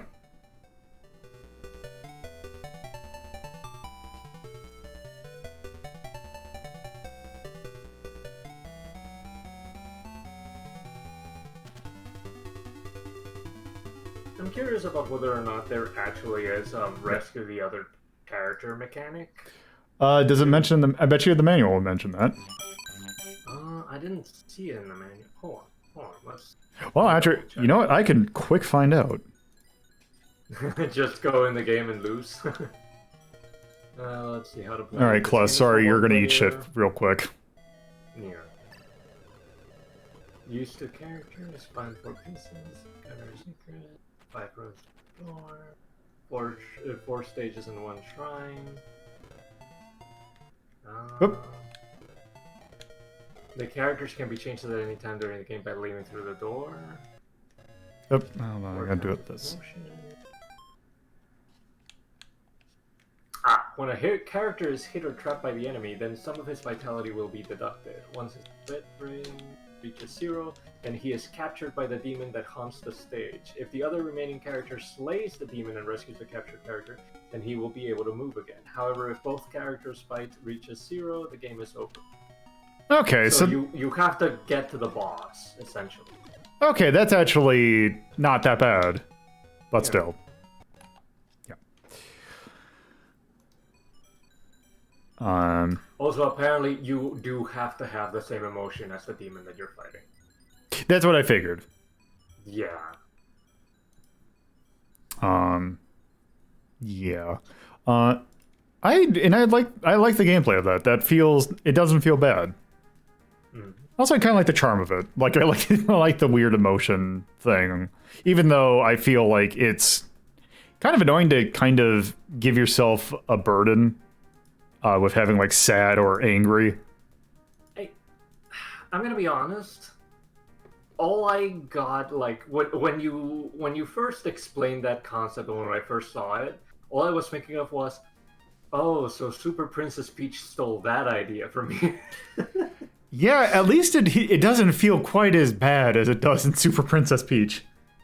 That one was more of a tech demo. This one was, I mean, it still has the thing where instead of having it available all the time, you have to go and collect it per stage. But I mean, I guess that's still kind of interesting because it means that every stage has its own little challenge. Like, okay, you got through this with the super weapon because you were in happy mode all the time, but can you get through it with sad or this other emotion that isn't as useful? Yeah. Like, it's kind of situational challenge, and that's fine. I think that's okay as a game design standpoint. They didn't do as much with it as I feel like they could have, but it's all right. It's interesting. Yep. Let's see. Anything else? That I can think of. Yeah, I can't really think of anything else. It's just a really neat game. I thought it was charming. The Yeah. 2 vignettes that we managed to see, and also the fact that the character's dialogue changes when their moods changed. Also, they're telling the other character good luck or whatever. Also, their little face thing also changes. Yeah. All right, so that's enough for Treasure of Usos. So this last game that we're gonna do is one that's a lot more straightforward. And this one kind of shows what Konami could have got. Basically, when they got the most out of the MSX, what they could have done. This is probably one of their more technically impressive games that they did on the system. Also one that I've kind of been wanting to do for a while. Even though it's... Yeah.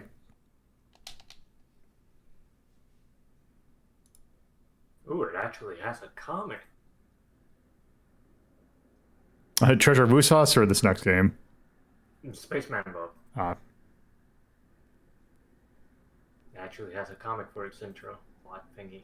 Yep. All right. Okay, once OBS decides to... Yes, MSX is an 8-bit console.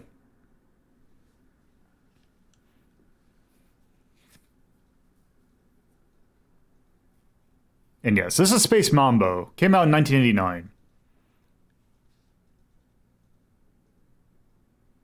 I found a translation for the comic. Well, we also get this little intro.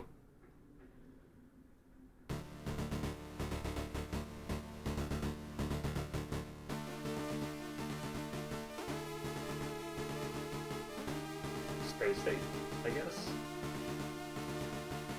Also, this uses the SCC sound chip.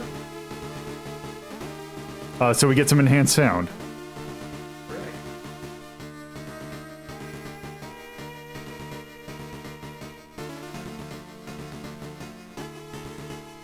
So there's a reason why it's called Space Manbow.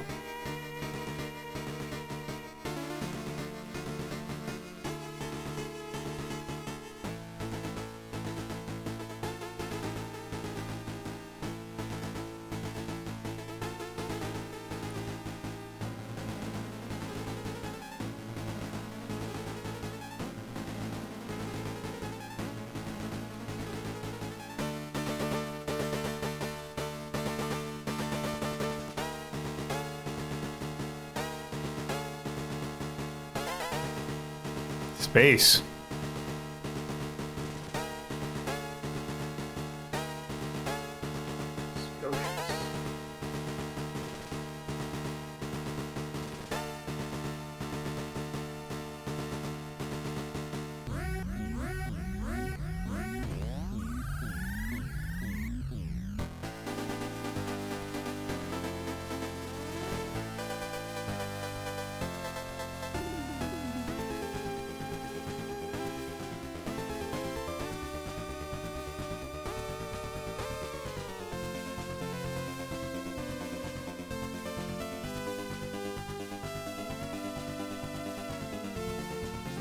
This looks like it's running smooth.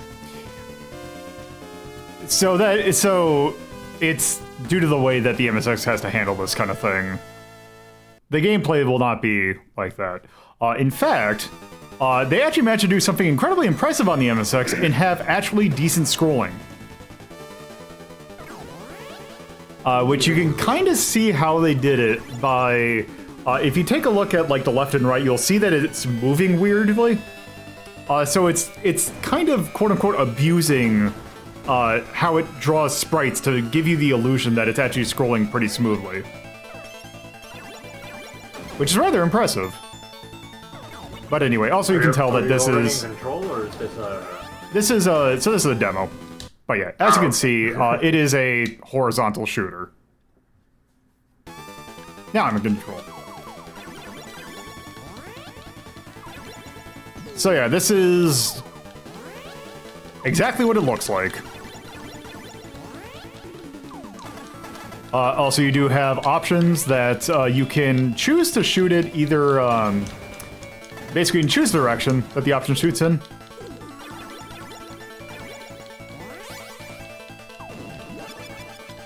Yep.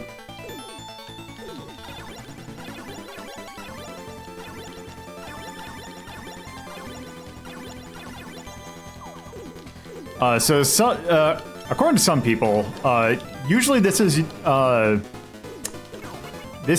referred to as probably the best shmup on the, or one of the best Konami made shmups on the system.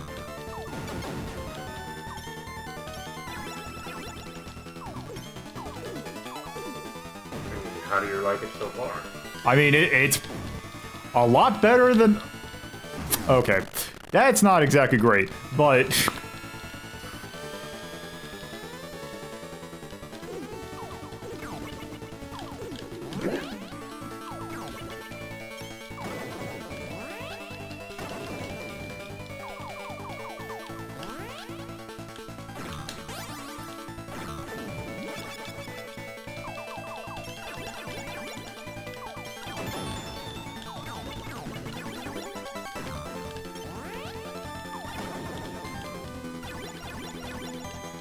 Oop.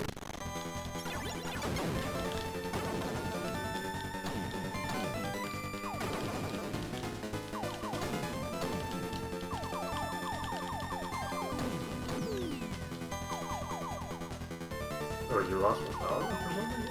Yeah, I can't quite remember how you lose the power, but I think it was because I used a smart bomb. Well, you still had power after you used the bomb, so I don't know what happened, unless it's like a delayed reaction. Possibly. The power bar, basically, the more you get into it, it'll make your shot stronger.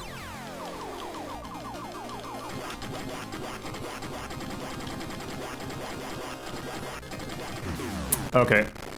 Note to self, don't do that. There we go.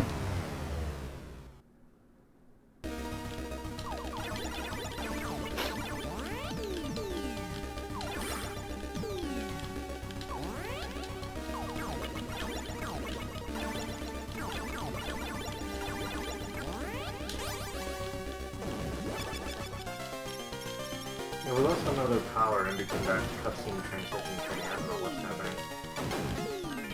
I guess just a time thing? That sucks. Maybe.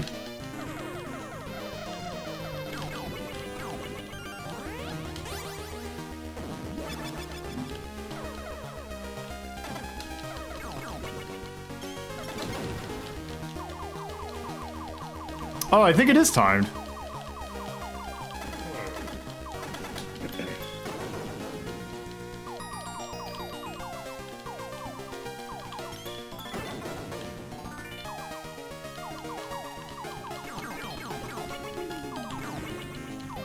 So we have to keep up a steady stream of power upgrades somehow. I guess. This seems a little unfair.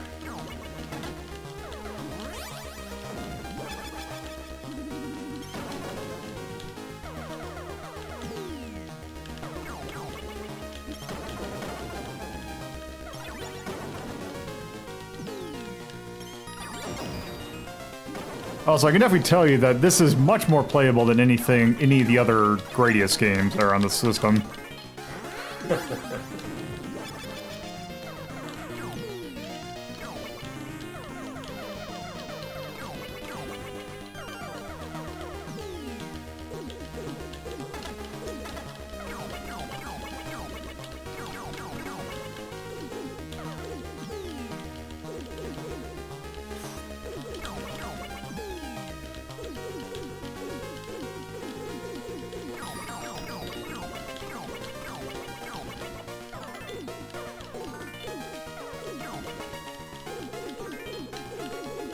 The blue laser downgrades you back to, you know, your regular non-wave shot, I guess. Oh. Trying to parse the power-ups from both. Oh, the blue thing? The blue thing's a bomb. Oh, it is? Okay. Yep. So the N is what takes us back to our normal shot. So you can go between normal and, I guess, wide. I thought it was wave. It could be wave. It was W. I don't know what the S is then. Speed. Oh. Which is why I've been trying to avoid it.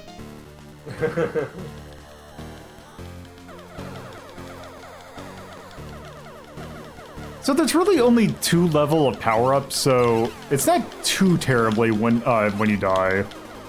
I guess so, yeah.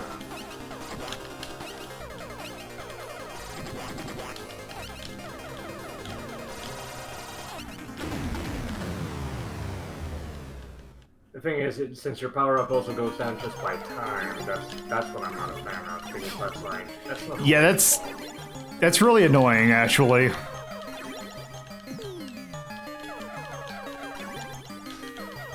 Also, your hitbox is super small.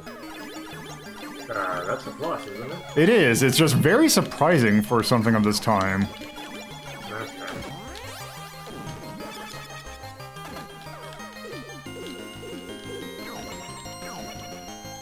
I don't know where it actually is. Is it their tiny little cockpit? Maybe. The very center of the rainbow. Also, I like that since you shoot those things and they have knockback, so I'm knocking them off the screen, so it's a... Oh, that is an interesting attack.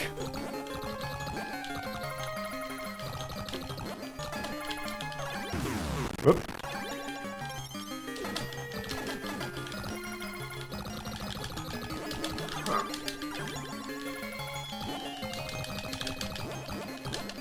Whoop. Okay, it seems a lot less manageable. Okay, I'm pretty sure it is actually the blue part of your ship.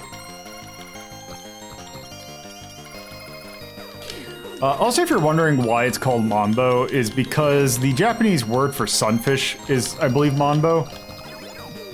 And our ship looks like a sunfish. Also, if you're wondering why the sunfish in Link's Awakening is called Manbow.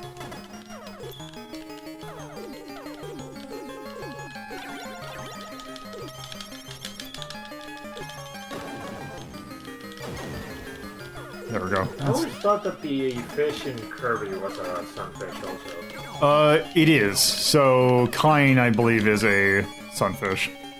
Oh, okay.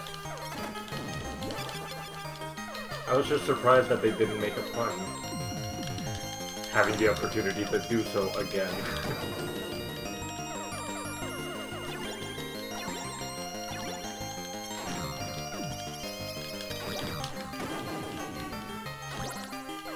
Those vaguely R-type, like, weird things. Not everything that has a fleshy appearance has to be from R-type, come on.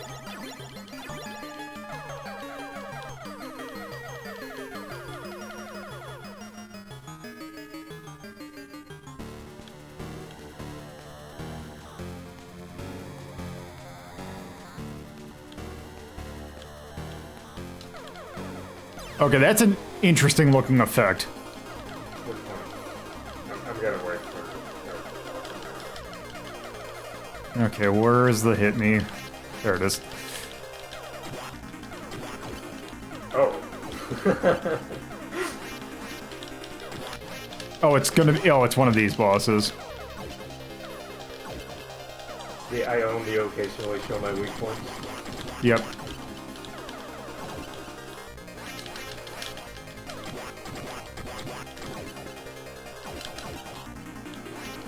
Also, thank you, Slowdown, for making this boss fight a lot more manageable. God, it is just really weird having a hitbox this tiny in this, like, era of game. Like, I really shouldn't complain, but... You've been trained to have the itchy trigger finger when you see everything touching what you think is your hitbox. Basically, I've played Konami games of this era, and they're usually not this kind. So what's also great is that there is an unofficial sequel to this game. Or, like, people have made unofficial sequels to this game.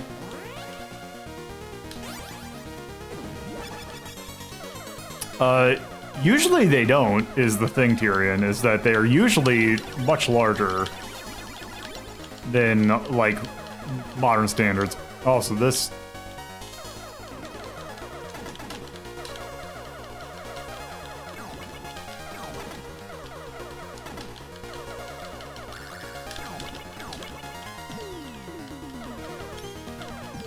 Oop. Has the Manbow actually been represented in any Konami property since this? Has what? The spaceship, has it been represented in any Konami property? Oh, the Manbow? Like a cameo or anything? Yeah. Maybe Otomadius? The one that we don't want representation in? The one with the character designed by the Sergeant Frog artist. Yes. God, I hate that game so much.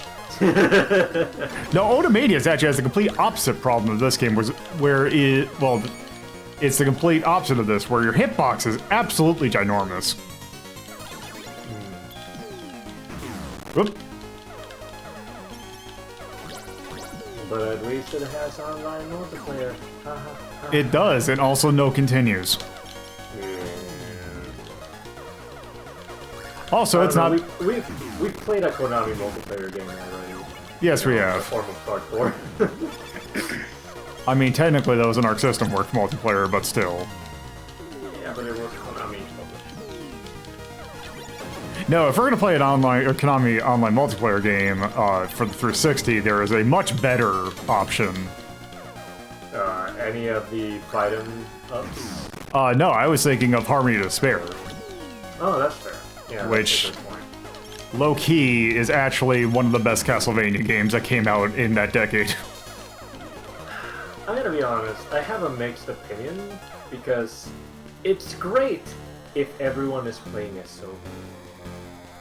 Everyone's playing as If who? you're using any other character, it's like, wow, I have like 1/4 of the game. As Soma? Yeah, Soma Cruz has like way much more content in comparison to literally every character. Yeah, And then but after that it's Alucard, and then everyone else gets like... You can collect all of their items like in a few moments. yeah, but you gotta level it up.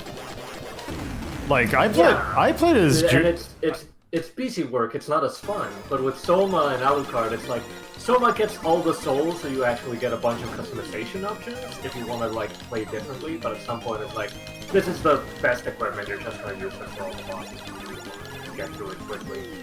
And I mean, for Alucard, it's a pair of augment ways also, and that's it. I mean, Julius had like stuff that you can unlock for him. Yeah, but Julius is DLC. I don't have a Julius. Oh, fair enough. I play as Julius, so. And even then, like, you still need to do the same stuff you do for Jonathan. Okay, this stage is slightly more harder. I guess so. It looks a lot linear. Like, it looks a lot more, samey. Yeah, but the problem is that these things come at you really quickly. Oh, I think they definitely are.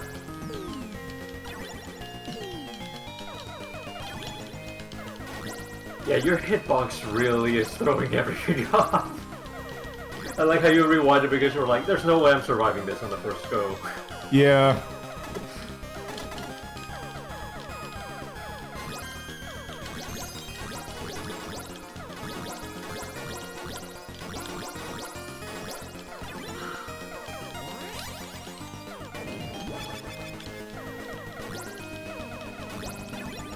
kind of neat to see a crossover shmup. I think there is one, isn't there? What do you mean? A shmup that has like more than one publishers or developers play styles in it. I think there is one for the PlayStation 3, but I can't remember the name. That had like R-Type and some other Yeah, I mean, if you want to count it, Arm Police Batrider is kind of like that. Where you have the mechanics of Battle Garaga, but also chips from Maho Daisakusen and also Kitten Grand Prix. I just can't remember if that's actually cross-company. It's not cross-company, but it's cross, like... It's basically King of Fighters, but for...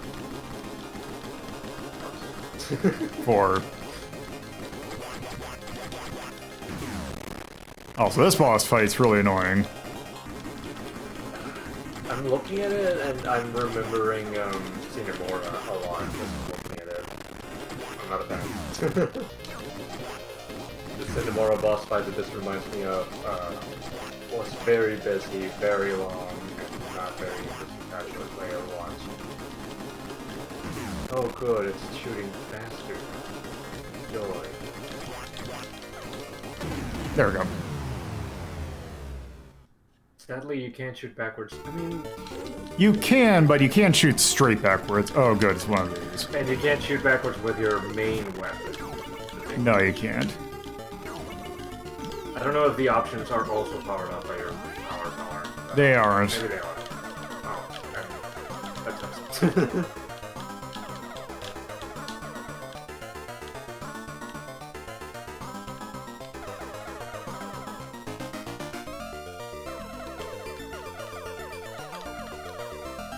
How many stages does Space Manbow have? I can't remember.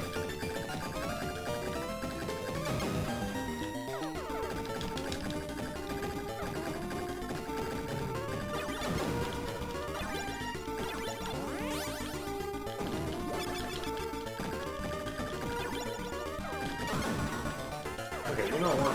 I'm curious. I'm gonna read the manga out loud. Let's see if the story is interesting. Let's see. The year is 189 starting. Okay, so that's what it's. Danger is approaching a prospering world. A mysterious huge starship is heading towards our solar system while destroying everything in its path. A few months ago, the ruins of a large-scale super civilization was discovered on Alpha 4 in the rural galactic area. They cover nearly the whole planet. God damn it. The Ruins investigation team as sent by the Interstellar Union had worked out that, after several months of survey, that it is a mechanized planet which is far beyond human culture. The hands of the investigation were going deeper into the planet underground. But then the military ruins set all over the planet were activated. The ancient civilization was thought to be dead tens of thousands of years, but its automated defense system was alive, and the defense system regarded the investigators as its enemy.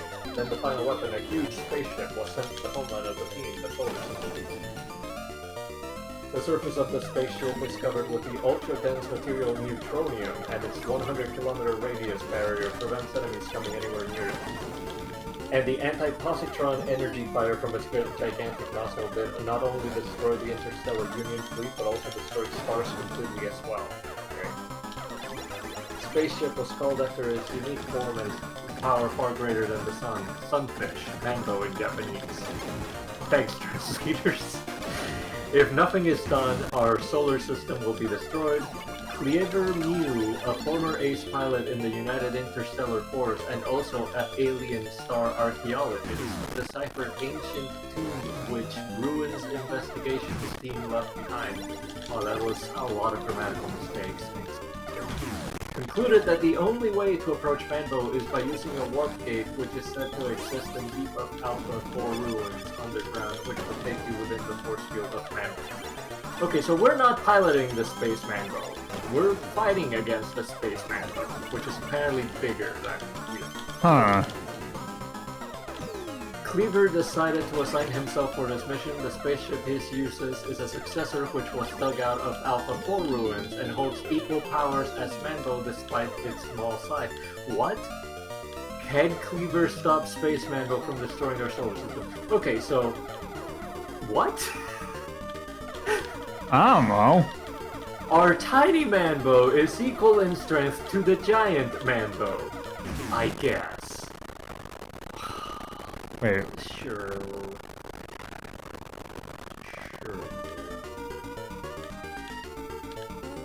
Okay. How is... Okay, I don't know what I did that time differently. Okay, the manual shows 7 stages. How many have we gone through? I would say 6 or 7. Really? Already? I'm pretty Okay, sure. I'm backtracking because we haven't fought 3 bosses that show up in the manual. Which the art is actually pretty nice. I don't know who the artist is, but they did a pretty good job. Because the last enemy we fought was that annoying rotating ball. Okay, yeah, we have 2 more bosses after this one. Alright. If the manual is to be believed.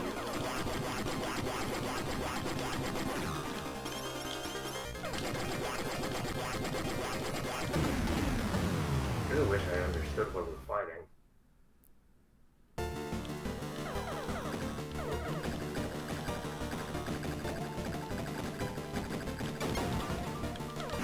Oop.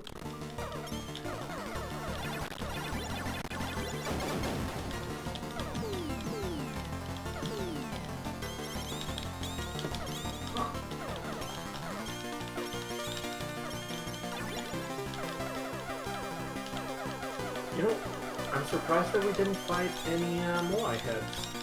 Well, that's a Gradius thing. I thought it was just a Konami thing. They show up in other shmups up there or something. Not usually the shmups. It's more the parody stuff, maybe, but not the, like, mainline Are you sure? stuff. I could have sworn that they were in, what's the other one? Salamander? Yes! Well, that's part of the Gradius series. Oh, it is? Yep. Oh, okay. I thought they weren't. Yeah, because the ships of Life Force are Vic Viper and Lord British. Alright then.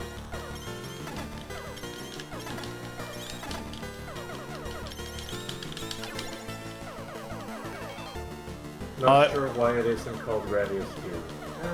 I think it's just because it's a completely different style game. At least the original release. Like, Salamander is a completely different style game than Gradius 2. Life Force is similar to Gradius, but not Salamander.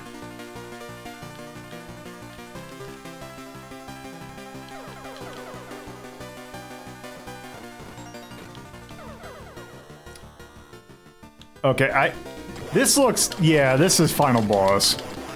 It's penultimate, apparently. Unless we're inside the sunfish, in which case this is the final boss. But the manual shows the sunfish as the final boss.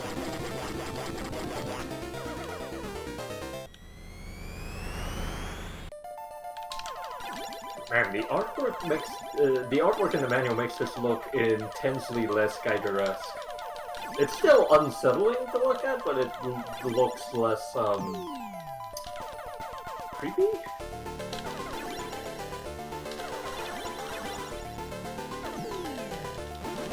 Wait, did you actually defeat it? Yeah. Oh, Jesus. Because the screen transition made it look like it was something else. That's actually a really cool effect. Oh. That's kind of a neat gameplay mechanic. It does seem to come out of left field entirely, though. Yeah. Like it seems like a gotcha moment.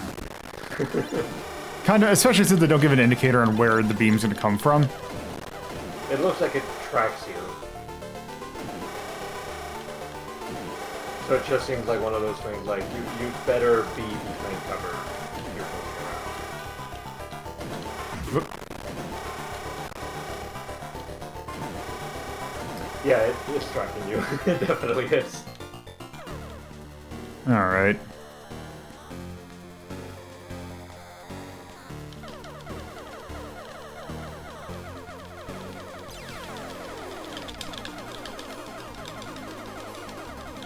Oh, that's a sunfish. Finally, the space Manbow with meat.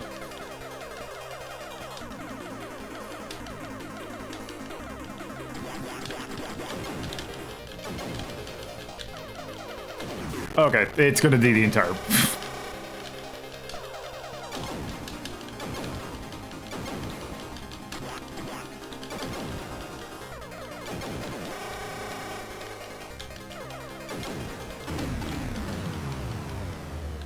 At least that had a little bit of broadcast to it.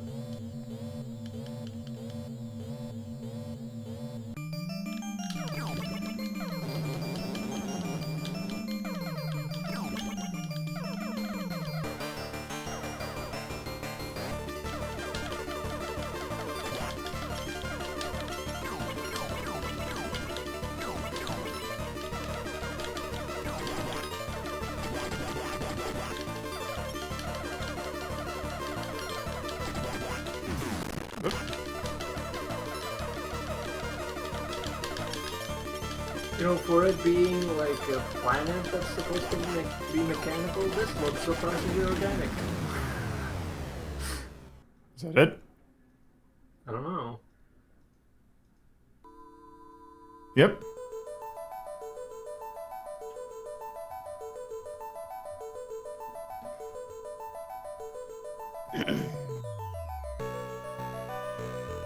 So I believe if you die, you go to a checkpoint.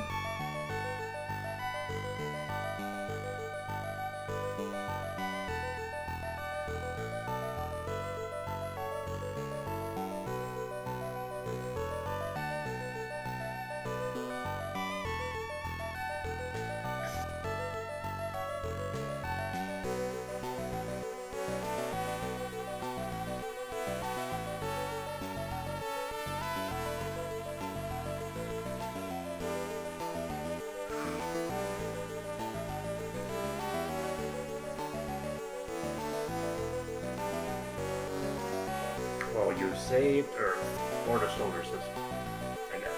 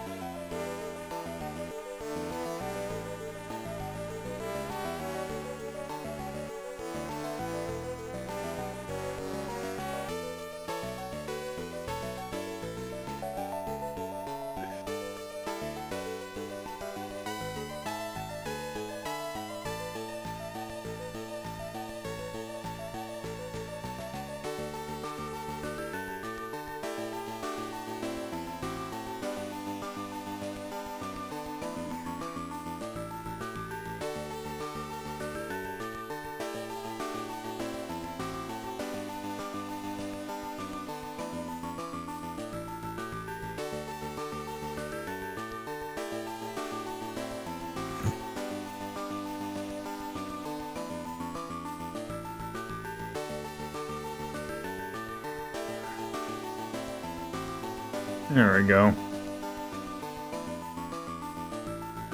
So, ranking time or loop time? Well, once credits finish, we will rank. Oh, there's multiple Manbow. Oh yeah, we got one ship out of the thing, so I assume that there must be more.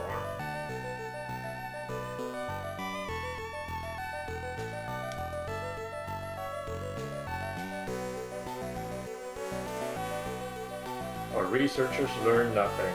They were like, oh no, we activated the security system and it almost destroyed our world, but... You know, now that it's over and done with, let's just keep digging. Find more Manbow. Finally. Space supremacy.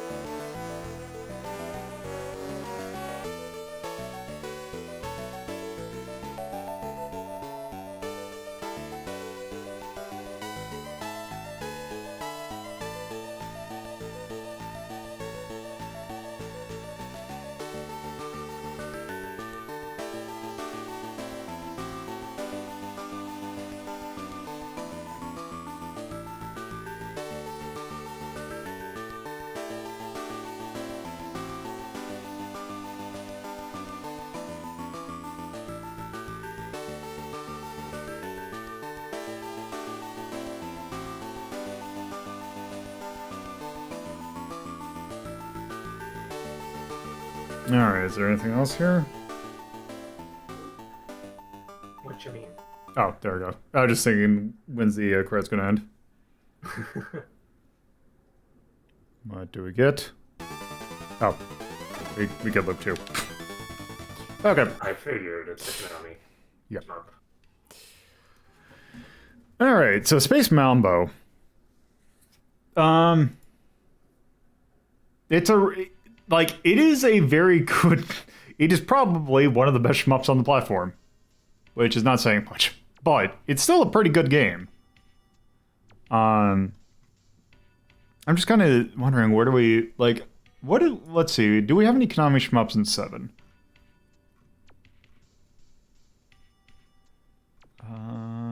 Konami Arcade. Original Proteus Dawn 7.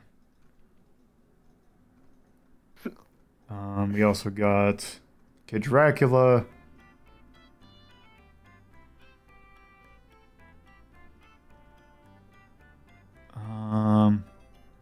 Biomiracle Bokute Opa. Does that really count as a shmup? Oh, it doesn't, but it's just another Konami game I saw. Fair enough. Okay.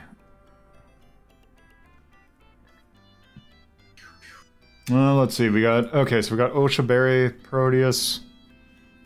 It's 6. I'm kind of hoping for more.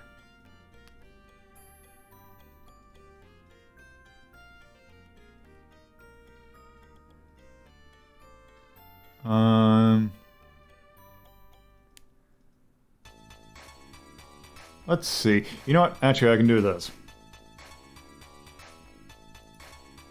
You're gonna sort the SDG subgenre? Yeah, I'm gonna do a filter.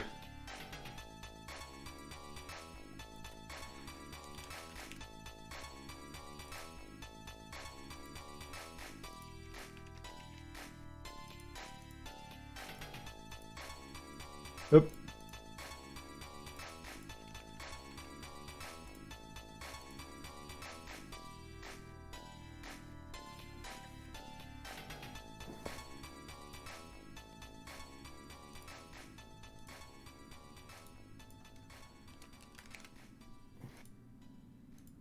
There. And there. Okay, so here's our Konami shmups. Oh, we have a lot in 6, actually. Oh, Puyon's really good. Also Gyrus. I don't know. I don't think I'd put this above Gyrus for sure. Would you put it on par with Parodius? I'm thinking that because I would rather play Space Manbow than pretty much any of these. But I would rather play something like Zezek or Puyon.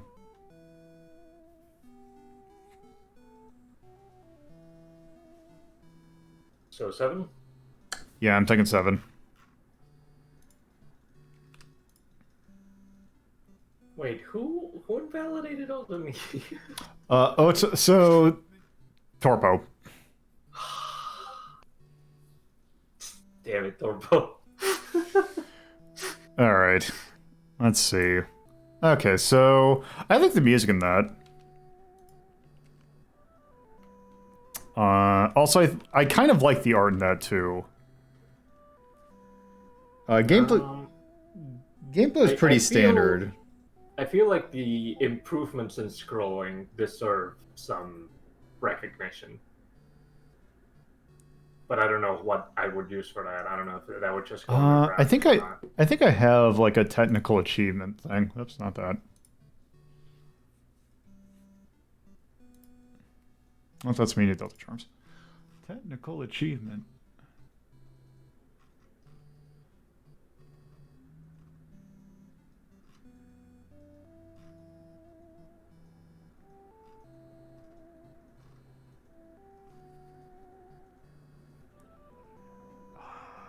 I thought I had something like that.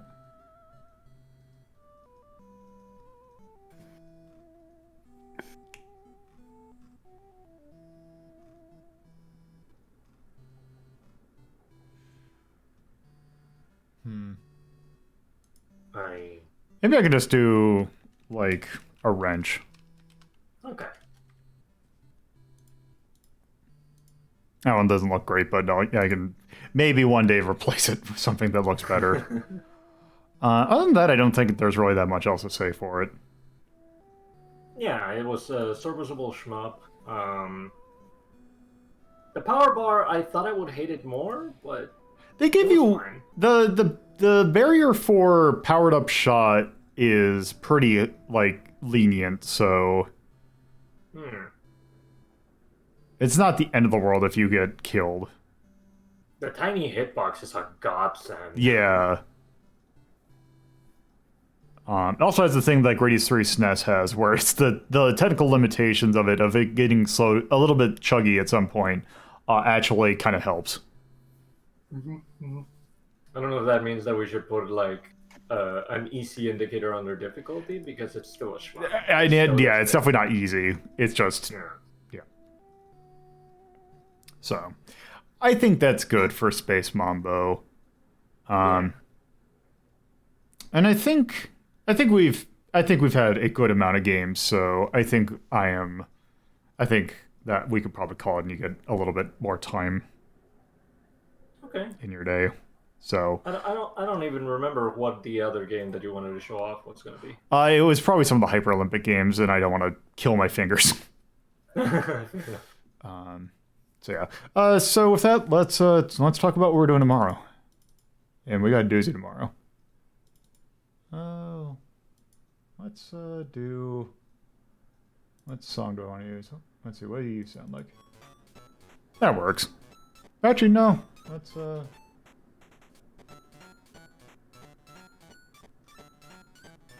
Where are you? Here. So, thank you all for watching. If you're watching this on Twitch, you can go to my YouTube channel, youtube.ltbotlife. There you can watch past episodes at your leisure. This one will go up on Monday. If you're watching this on YouTube, you can go to my Twitch channel, twitch.tv/loadedpuzzlo. These episodes are recorded live Fridays at 7:30 p.m. Eastern Time, Saturdays at 2:30 p.m. Eastern Time, and Sundays at 1 p.m. Eastern Time. There's also my personal Twitter at loadedpuzzlo, and the show's Twitter at Hazeltown Story. There's also a Discord server in which you can take part in polls when they're active and chat with the community. There's also Patreon. $2 and $5 tiers helps with hosting costs and various other things. So tomorrow, we're taking a look at Donkey Kong 94 for the Game Boy, which might actually be one of my favorite Mario games of all time. It is a very, very good game. So with that, I am going to... Alright, I'll catch you later then. Up later. Let's see.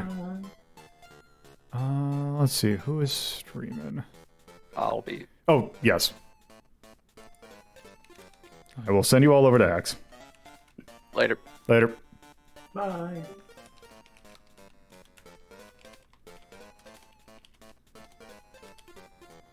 Alright. Yep, hold on. Once I get the thing proper. There we go. So, have a good day. Take it easy, everybody.